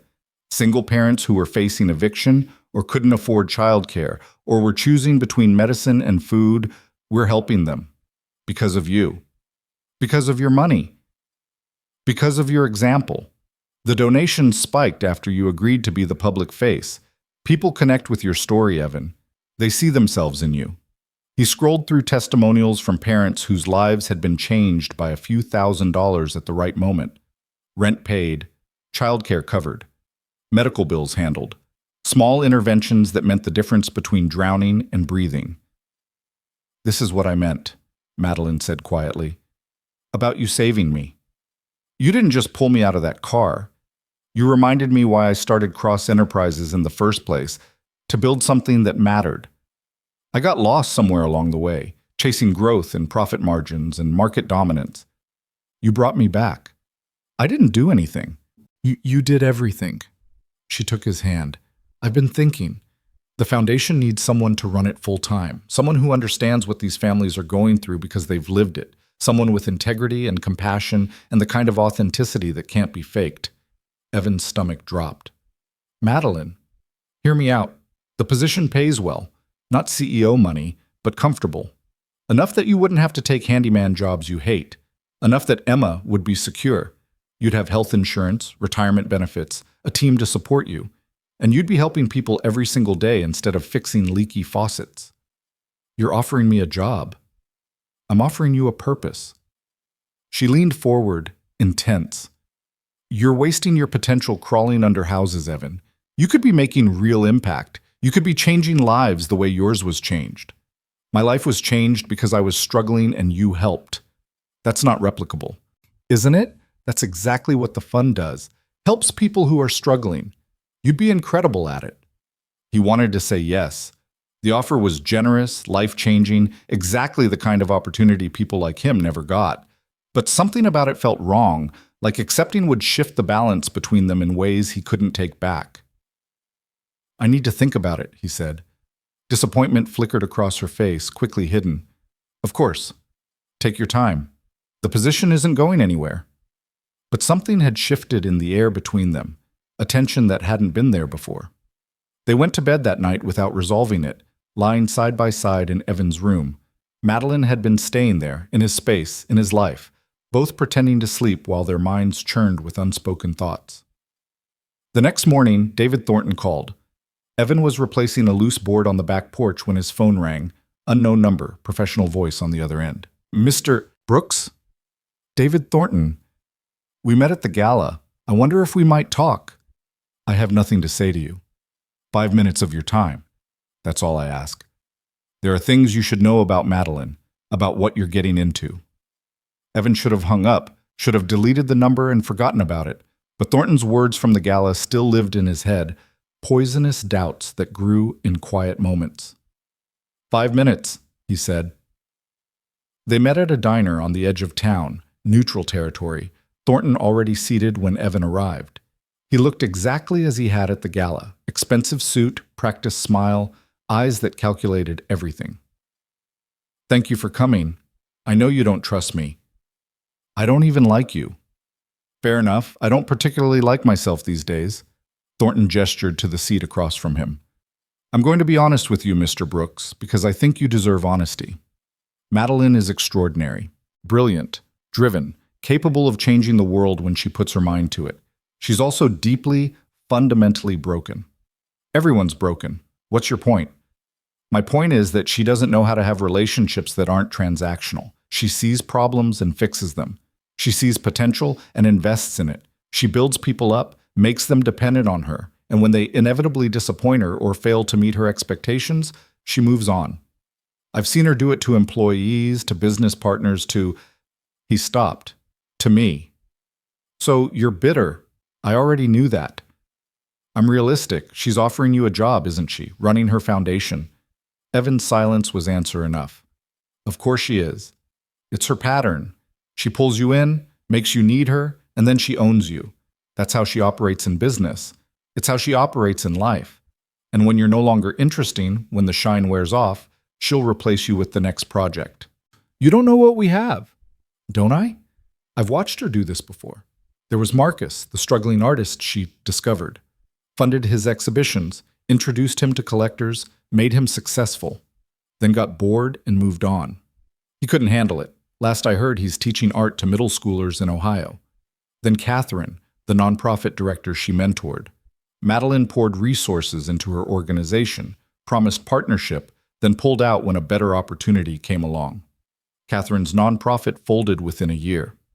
Thornton leaned forward. And then there was me. 10 years ago, young lawyer at her company, working my way up. We fell in love, or I thought we did. She promised we'd build something together, blend our lives, make it work. Then a major acquisition came through, and suddenly I was in the way. Suddenly my needs were inconvenient. She chose the deal over me without hesitation. Maybe you weren't worth choosing. Maybe I wasn't.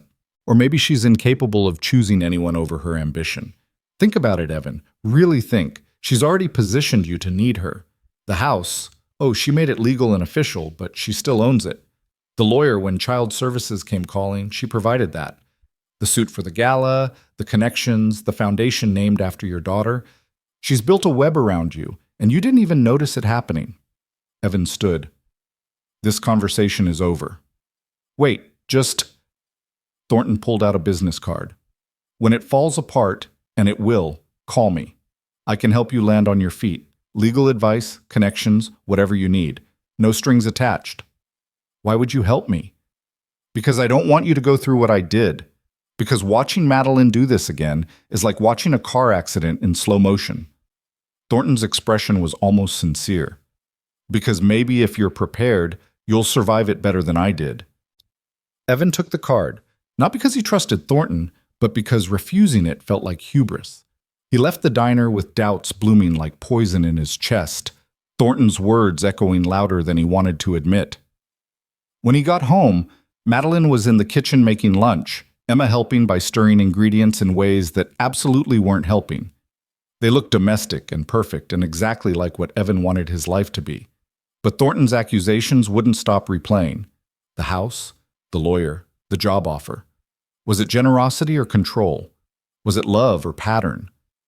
How could he tell the difference when he'd never been loved by someone this powerful before? Where were you? Madeline asked, plating sandwiches. Running errands. Need anything from town? It was a lie. The first real lie he'd told her. And it sat in his stomach like lead. That evening, after Emma was asleep, they sat on the couch with wine and silence. Madeline curled against him, her head on his shoulder, and Evan tried to feel the peace that should come from this moment.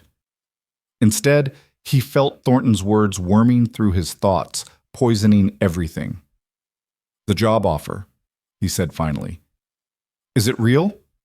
Or is it about keeping me close? Madeline sat up, studying him. Where is this coming from? Just answer the question. It's real. The foundation needs leadership. You'd be perfect for it. Would I? Or would I just be convenient? Already invested, already loyal, already dependent on you for housing and legal support and... Stop. Her voice was sharp. What happened today? What changed? He should tell her about Thornton, should lay it all out and trust her to defend herself. But the doubts had taken root, and he couldn't shake the feeling that Thornton might be right. Nothing changed. I'm just seeing things clearly for the first time. He stood, putting distance between them. You've built my entire life around you, Madeline. My house, my daughter's stability, my future employment. I didn't see it happening, but it did. And now I'm wondering what happens when this, he gestured between them, stops being interesting to you. That's not fair. Isn't it? How many people have you saved before me? How many projects have you invested in and walked away from? Her face went pale. Who have you been talking to? Does it matter? Is it true? The silence stretched too long. When she finally spoke, her voice was carefully controlled. I have a history of getting intensely invested in people and causes. I won't deny that. But I didn't plan this with you. You think I engineered falling in love with you? You're in love with me? Yes, you idiot. Why else would I cancel meetings and spend holidays in Pennsylvania and teach your daughter to build snowmen? Tears welled in her eyes, angry and hurt. You think I do that for projects? I don't know what to think anymore. Then think about this. I offered you the house with a legal contract protecting you regardless of our relationship. I could have made you dependent, that's what you're accusing me of, but I explicitly didn't. I gave you security separate from us. How is that control? She had a point. The contract had been designed to protect him, to ensure he couldn't lose his home even if they fell apart. That wasn't the action of someone building a web. But Thornton's words still echoed. She gets swept up in things. She builds people up and moves on. I need some air, Evan said. Evan, please. I just need to think. He walked out into the cold December night, his breath fogging in the air, his mind a mess of competing truths. Madeline loved him. He believed that. But did she love him enough to stay when things got hard? When the novelty wore off and he was just a handyman with a daughter and bills to pay? Or would she eventually choose her empire over their life together? He didn't know. And not knowing was terrifying. When he came back inside an hour later, Madeline was packing. "What are you doing?" "Giving you space. You clearly need it." Her voice was flat, professional, all the warmth gone. "I'll stay at a hotel until New Year's. Then I'll head back to Pittsburgh." "Madeline, you think I'm trying to control you. You think this is all some elaborate manipulation.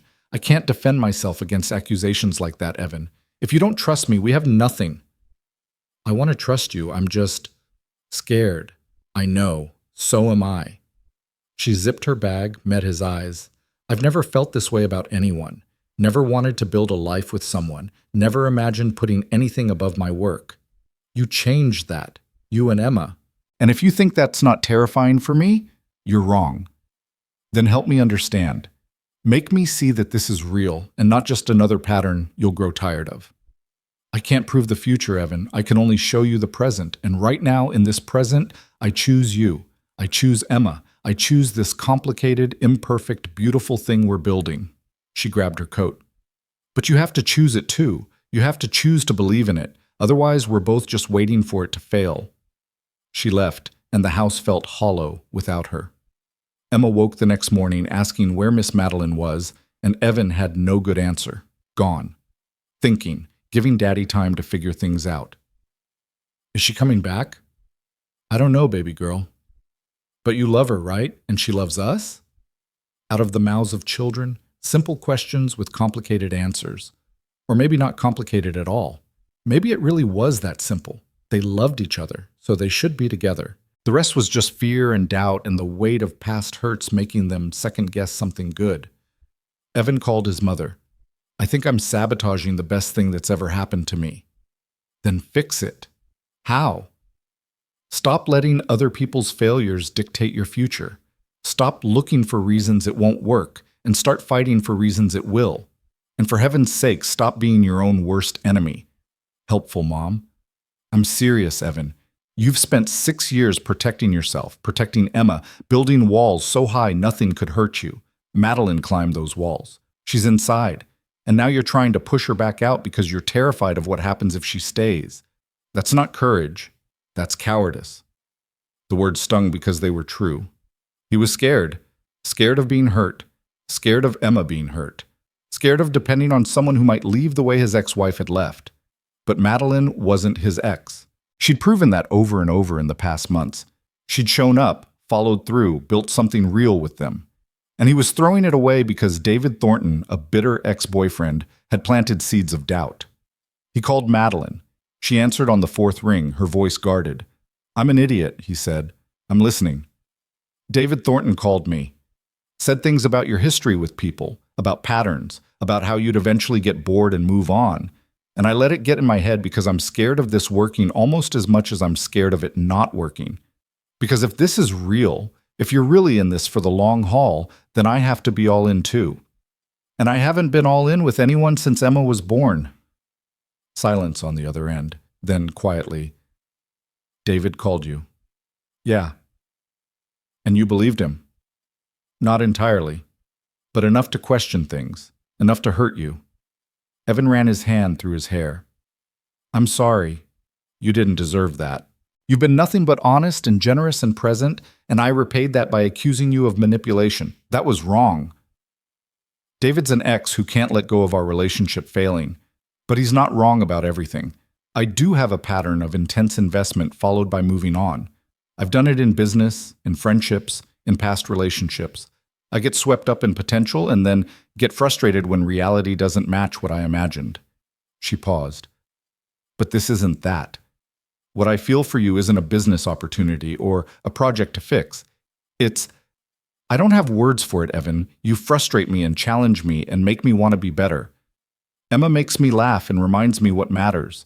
This life we're building is messy and imperfect and nothing like what I thought I wanted, but it's everything I need. I believe you." "Do you? Really?" "Yes, and I'm sorry I doubted it. Come home." "That's your house, not mine." "Then come to our house, because it doesn't feel like home when you're not here." She was quiet for so long Evan thought the call had dropped. Then, "I'll be there in an hour." She arrived in 45 minutes, and when Evan opened the door, she walked straight into his arms. They stood there holding each other, not speaking, letting the silence say everything words couldn't. "I love you," Evan said into her hair. "I'm terrified of it, but I love you." "I love you too, and I'm just as terrified." "Then we'll be terrified together." Emma appeared on the stairs, rubbed her eyes, and smiled. "Miss Madeline, you came back." "Of course I did, sweetheart. I promised we'd go stargazing, remember?"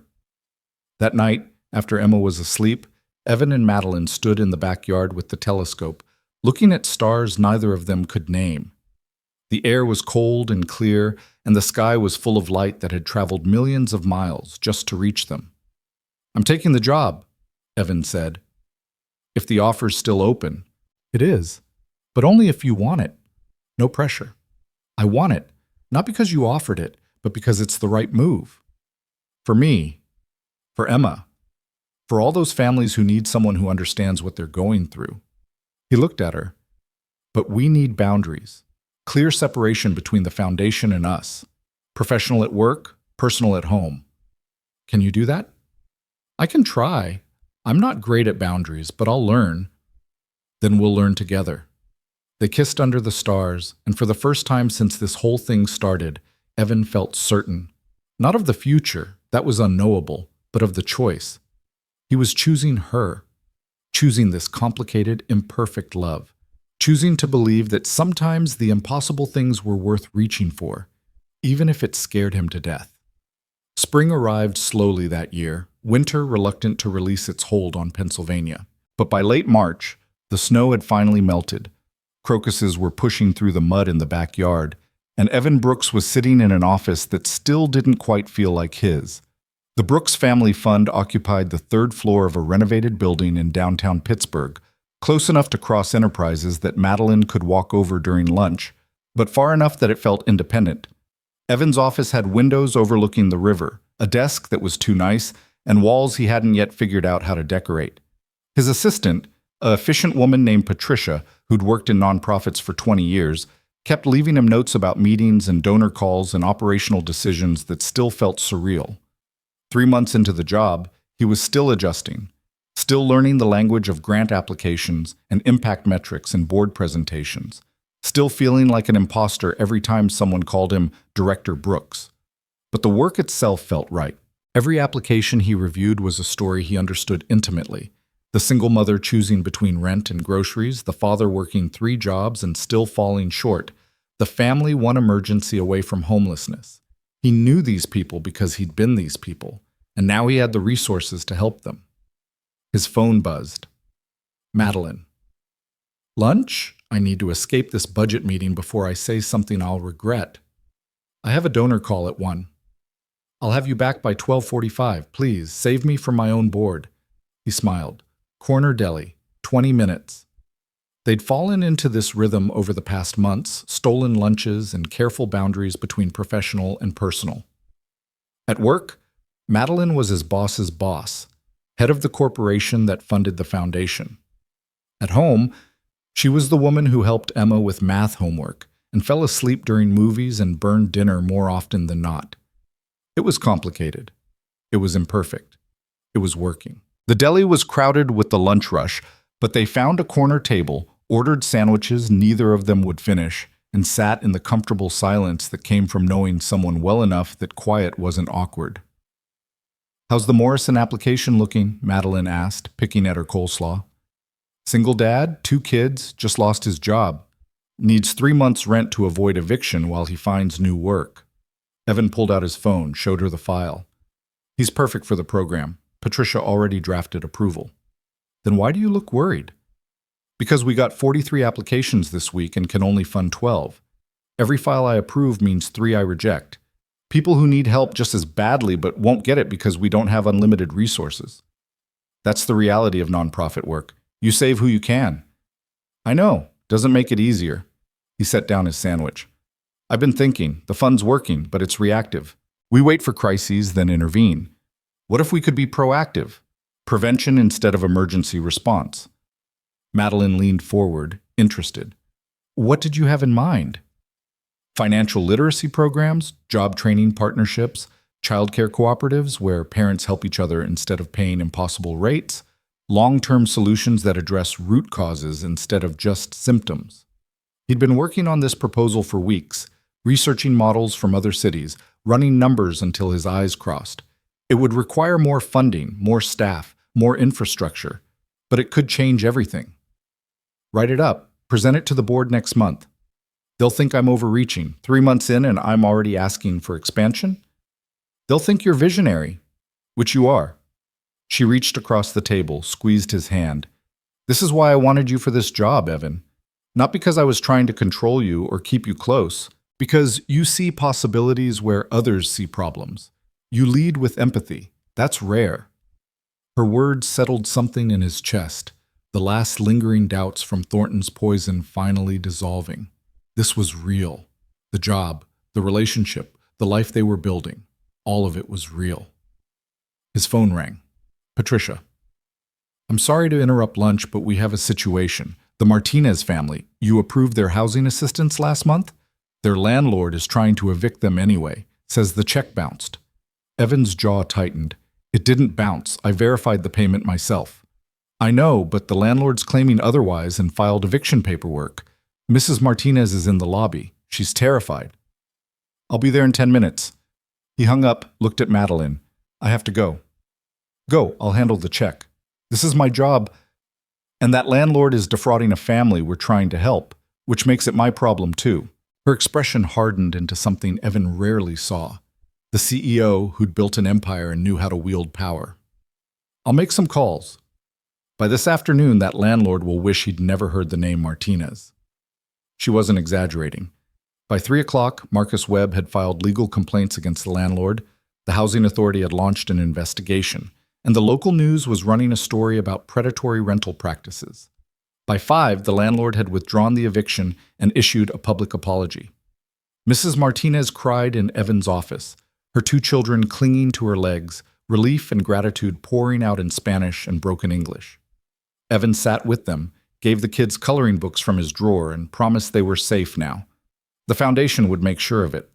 After they left, he sat alone in his office, watching the sun set over Pittsburgh, and felt the weight of responsibility settle over his shoulders. This was real power.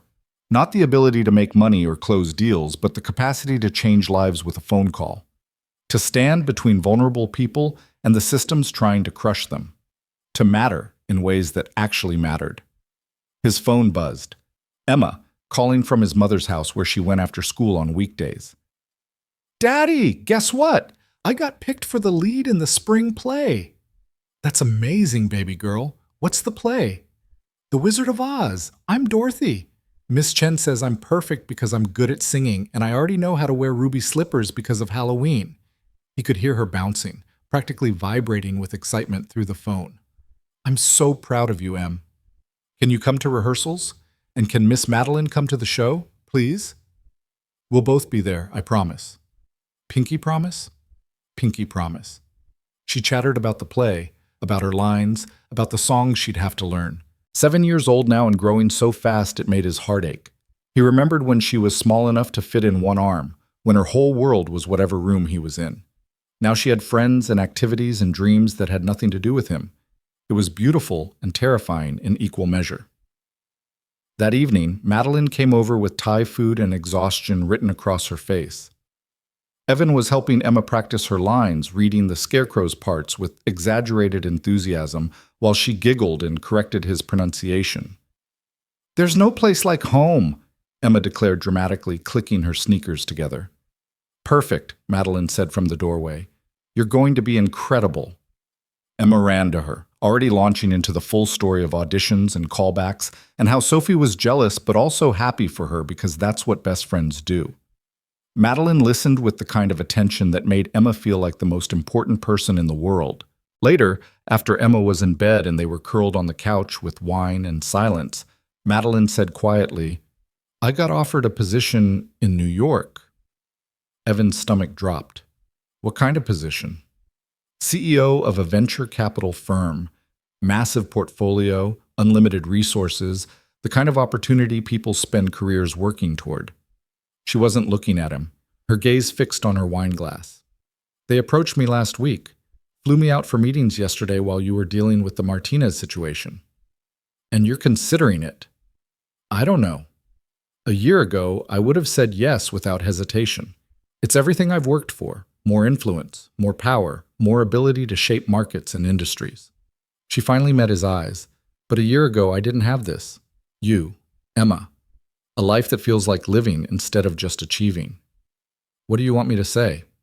I want you to tell me what to do. I want you to make this decision easy. I can't do that. This is your career, your choice. I won't be the reason you resent giving up an opportunity. And if I take it, if I move to New York? The question hung between them, heavy with implications. Long distance was possible, but brutal. Emma would be devastated. Their careful balance would shatter. But Evan couldn't ask her to stay, couldn't make her choose between her ambitions and their relationship. That's what his ex-wife had resented, being forced to choose between her career and motherhood, between her dreams and his needs. He wouldn't do that to Madeline. Then we figure it out, he said, even though the words tasted like ash. We don't quit just because it gets hard.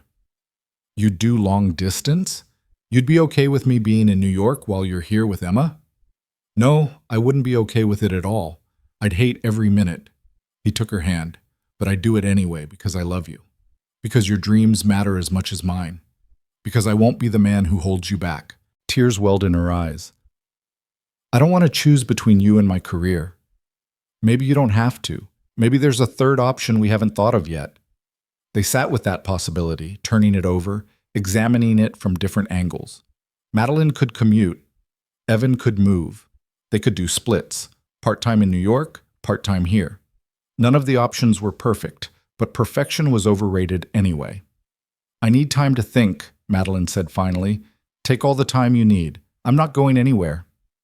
She stayed the night, curled against him in the dark, and Evan lay awake wondering if loving someone meant letting them go or fighting like hell to make them stay. He didn't have the answer. Wasn't sure there was one. The next morning brought clarity from an unexpected source. Emma came into the kitchen while Evan was making breakfast, her expression serious in that way children got when they were working through big feelings. Daddy? Is Miss Madeline leaving? He crouched down to her level. Where did you hear that? I heard you talking last night. She got a job in New York. Emma's bottom lip trembled. Is she going away like Mommy did? Evan's heart cracked. Baby, listen to me. Miss Madeline loves us. Whatever happens, that doesn't change. She's not going away like Mommy. She would never just leave without talking to us first. But she might still go. She might. Sometimes grown-ups have important jobs in different places. But that doesn't mean she stops being part of our family. We're a family. Were they? Officially, no. Madeline didn't live here full-time. They hadn't discussed marriage or formal commitments. But in every way that mattered, yes. They were a family. Yeah, Em, we are. Then she should stay. Families stay together. Out of the mouths of children, cutting through complexity to simple truth. Families stayed together. Everything else was just logistics. Madeline appeared in the doorway, still in Evan's old t-shirt, her hair a mess, makeupless and beautiful. She'd heard everything. Emma's right, she said quietly. Families stay together. Madeline, I'm turning down New York. She came into the kitchen, sat beside Emma at the table. I've spent 20 years chasing bigger and better opportunities. And you know what I learned? The biggest opportunity of my life is right here. It's Sunday morning breakfast and helping with homework and watching terrible plays where 7-year-olds forget their lines. It's board meetings that actually matter, and helping families keep their homes and coming back every night to people who love me for who I am, not what I can do for them. You'd give up being a CEO? I'm already a CEO, just of a different kind of empire. She smiled at Emma. One that measures success in hugs instead of stock prices. Emma launched herself at Madeline, nearly knocking her off the chair. Evan stood there watching them, his throat tight with emotion, wondering how he'd gotten so lucky. How a single moment of choosing to stop on a rainy night had led to this, to love and family, and a future that looked nothing like what he'd planned, but everything like what he needed. That afternoon, Madeline made the call declining the New York position. Then she made another call, this one to her board. I'm stepping back from day-to-day operations at Cross Enterprises, promoting Michael Chen to CEO. I'll stay on as board chair, but my focus is shifting to the foundation. She paused, listening to whatever protests were coming through the phone. This isn't a retirement. This is a refocus, and it's not up for debate. She hung up, looked at Evan. I'm terrified. Of what? Of being irrelevant, of losing my identity. I've been CEO of Cross Enterprises for 15 years. Without that, I don't know who I am. You're Madeline.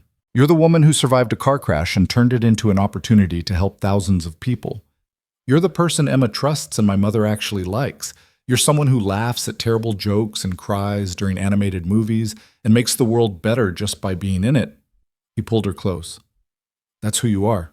The CEO title is just decoration.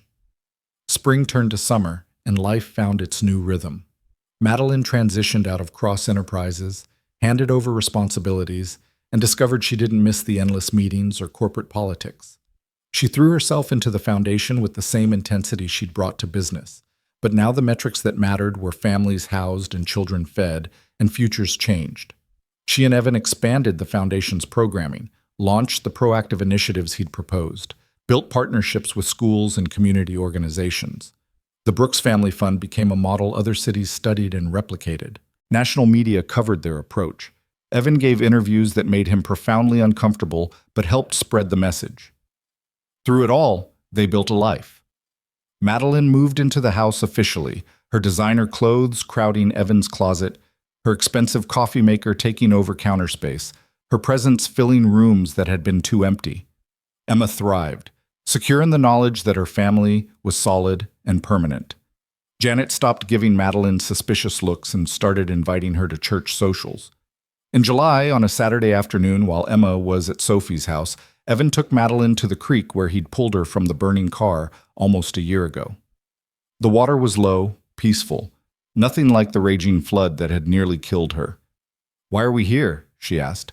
"Because this is where it started, where my life changed." He turned to face her. "I've been thinking about what you said at Christmas, about being terrified, about choosing each other." "Evan, let me finish." He pulled a small box from his pocket, his hands shaking slightly. "I'm not good with words, never have been. But I know that pulling you out of that car was the best decision I've ever made. Not because of everything that came after, the house and the job and the foundation, but because I found you. Because you saw something in me worth saving too." He opened the box. The ring was simple, elegant, nothing like the massive diamonds Madeline could afford, but something that felt right. "I'm asking you to marry me, to officially be part of this family, to build a life that's complicated and imperfect and more than I ever thought possible." Tears streamed down her face. "Yes, obviously yes." "I haven't finished the speech." "I don't need a speech. I just need you." She kissed him, laughing and crying at the same time. "Yes, Evan Brooks, I'll marry you. I'll be Emma's stepmother. I'll live in this house and work at this foundation and build this life with you. Yes to all of it." The ring fit perfectly. They stood by the creek holding each other, and somewhere in the trees a bird sang, and the water moved over rocks that had been there for centuries and would be there for centuries more, and everything felt right. They told Emma that evening, presented it like the big news it was. She screamed with joy, demanded to be the flower girl, and immediately started planning a wedding that involved far too many sparkles and at least one pony. "We're not having a pony at the wedding, Em," Evan said, "but Miss Madeline's rich. She can afford a pony." Madeline laughed. "How about we compromise? No pony, but you can pick your dress." "Any dress?" "Within reason." Emma considered this. "Deal. But I still think a pony would be cool." They married in September, 1 year almost to the day after the accident. Small ceremony, just family and close friends, in the backyard of the house that had become their home. Emma was the flower girl in a dress that was indeed covered in sparkles. Tommy was Evan's best man. Janet cried through the entire ceremony. Even David Thornton sent a card, grudging congratulations and an admission that maybe he'd been wrong about Madeline's capacity for commitment. The reception was at Riverside Cafe, the same place where Evan and Madeline had first discussed what to do about media attention.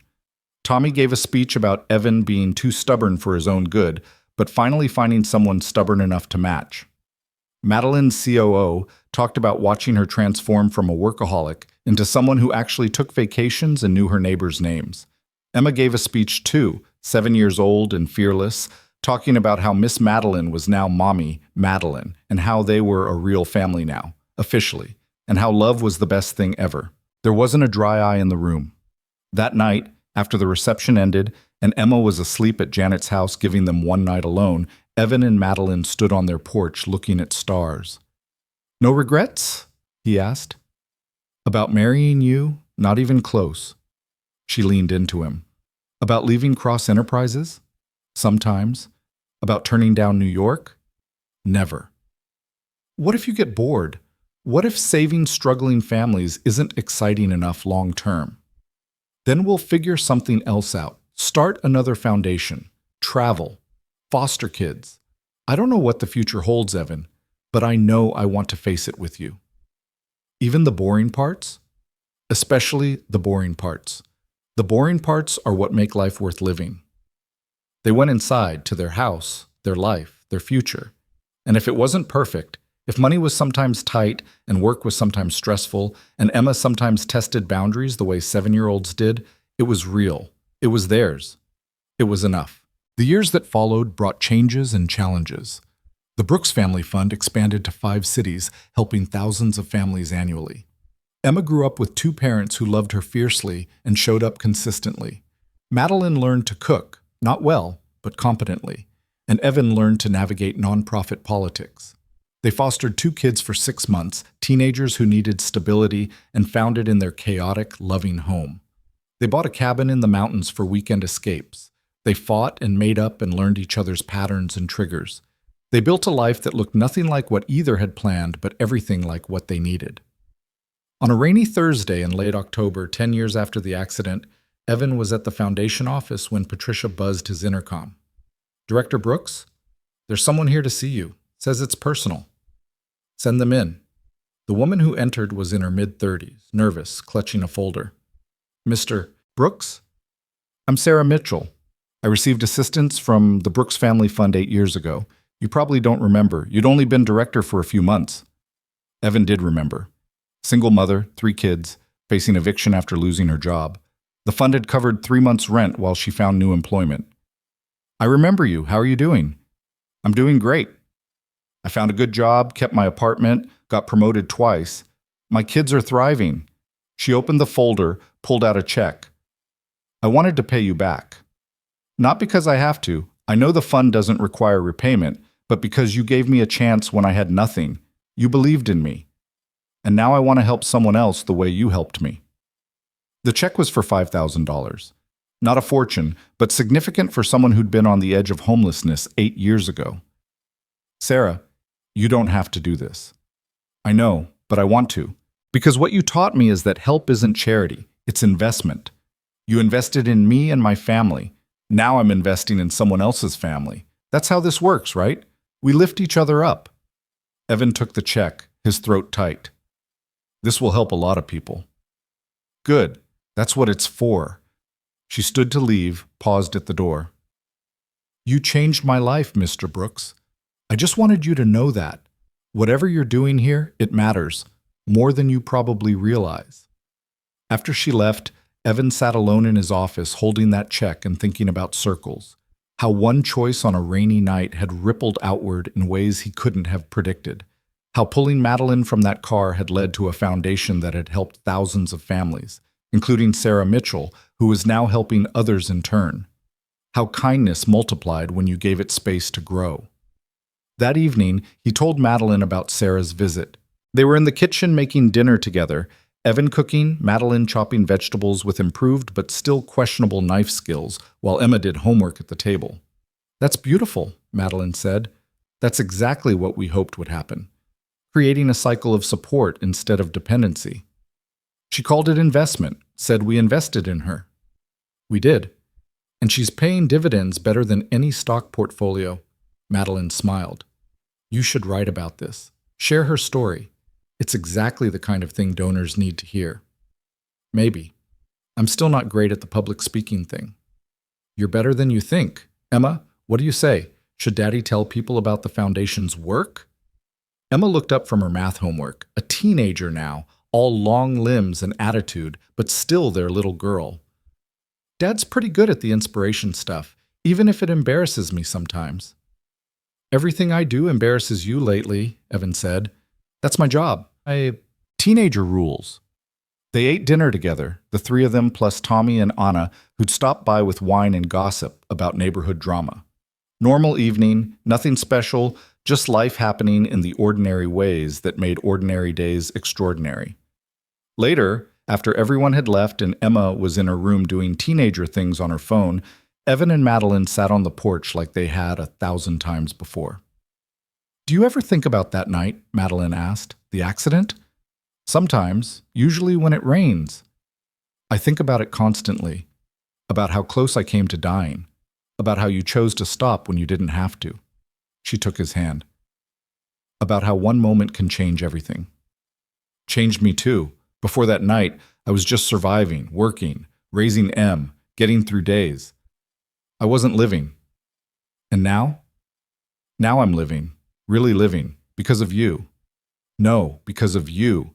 You're the one who stopped. You're the one who took the risk. She leaned her head on his shoulder. I just got lucky that you did. They sat in comfortable silence, watching the street, the neighbors coming and going, the world turning the way it always did. Somewhere in the city, families were struggling. Somewhere, people needed help. Tomorrow, the foundation would be there for them. Tomorrow, the work would continue. But tonight, right now, Evan Brooks had everything he needed. A wife he loved, a daughter who was thriving, work that mattered, a life built from the rubble of that rainy night when he'd made a choice that seemed simple at the time but had changed everything. He'd pulled a stranger from fire and found family. He'd offered help without expectation and received love in return.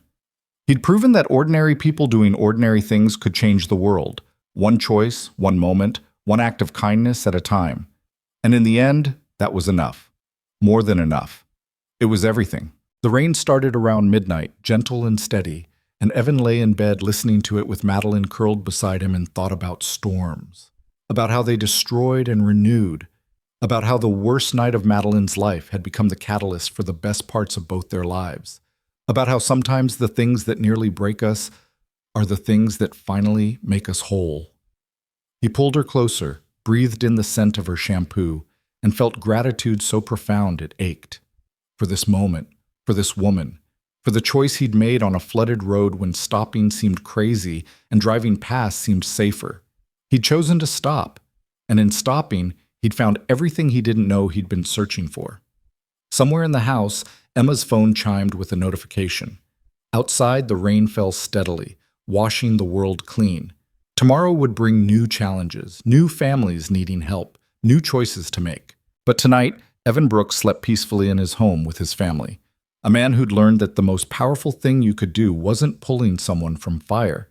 It was choosing to stay in their life once the flames were out. It was showing up, following through, building something that lasted. It was loving someone not despite the complications, but because of them. And that, more than any rescue or foundation or grand gesture, was the real story. The one worth telling. The one that mattered. The story of ordinary people choosing extraordinary love. The story of a family built from fire and rain and second chances. The story of home.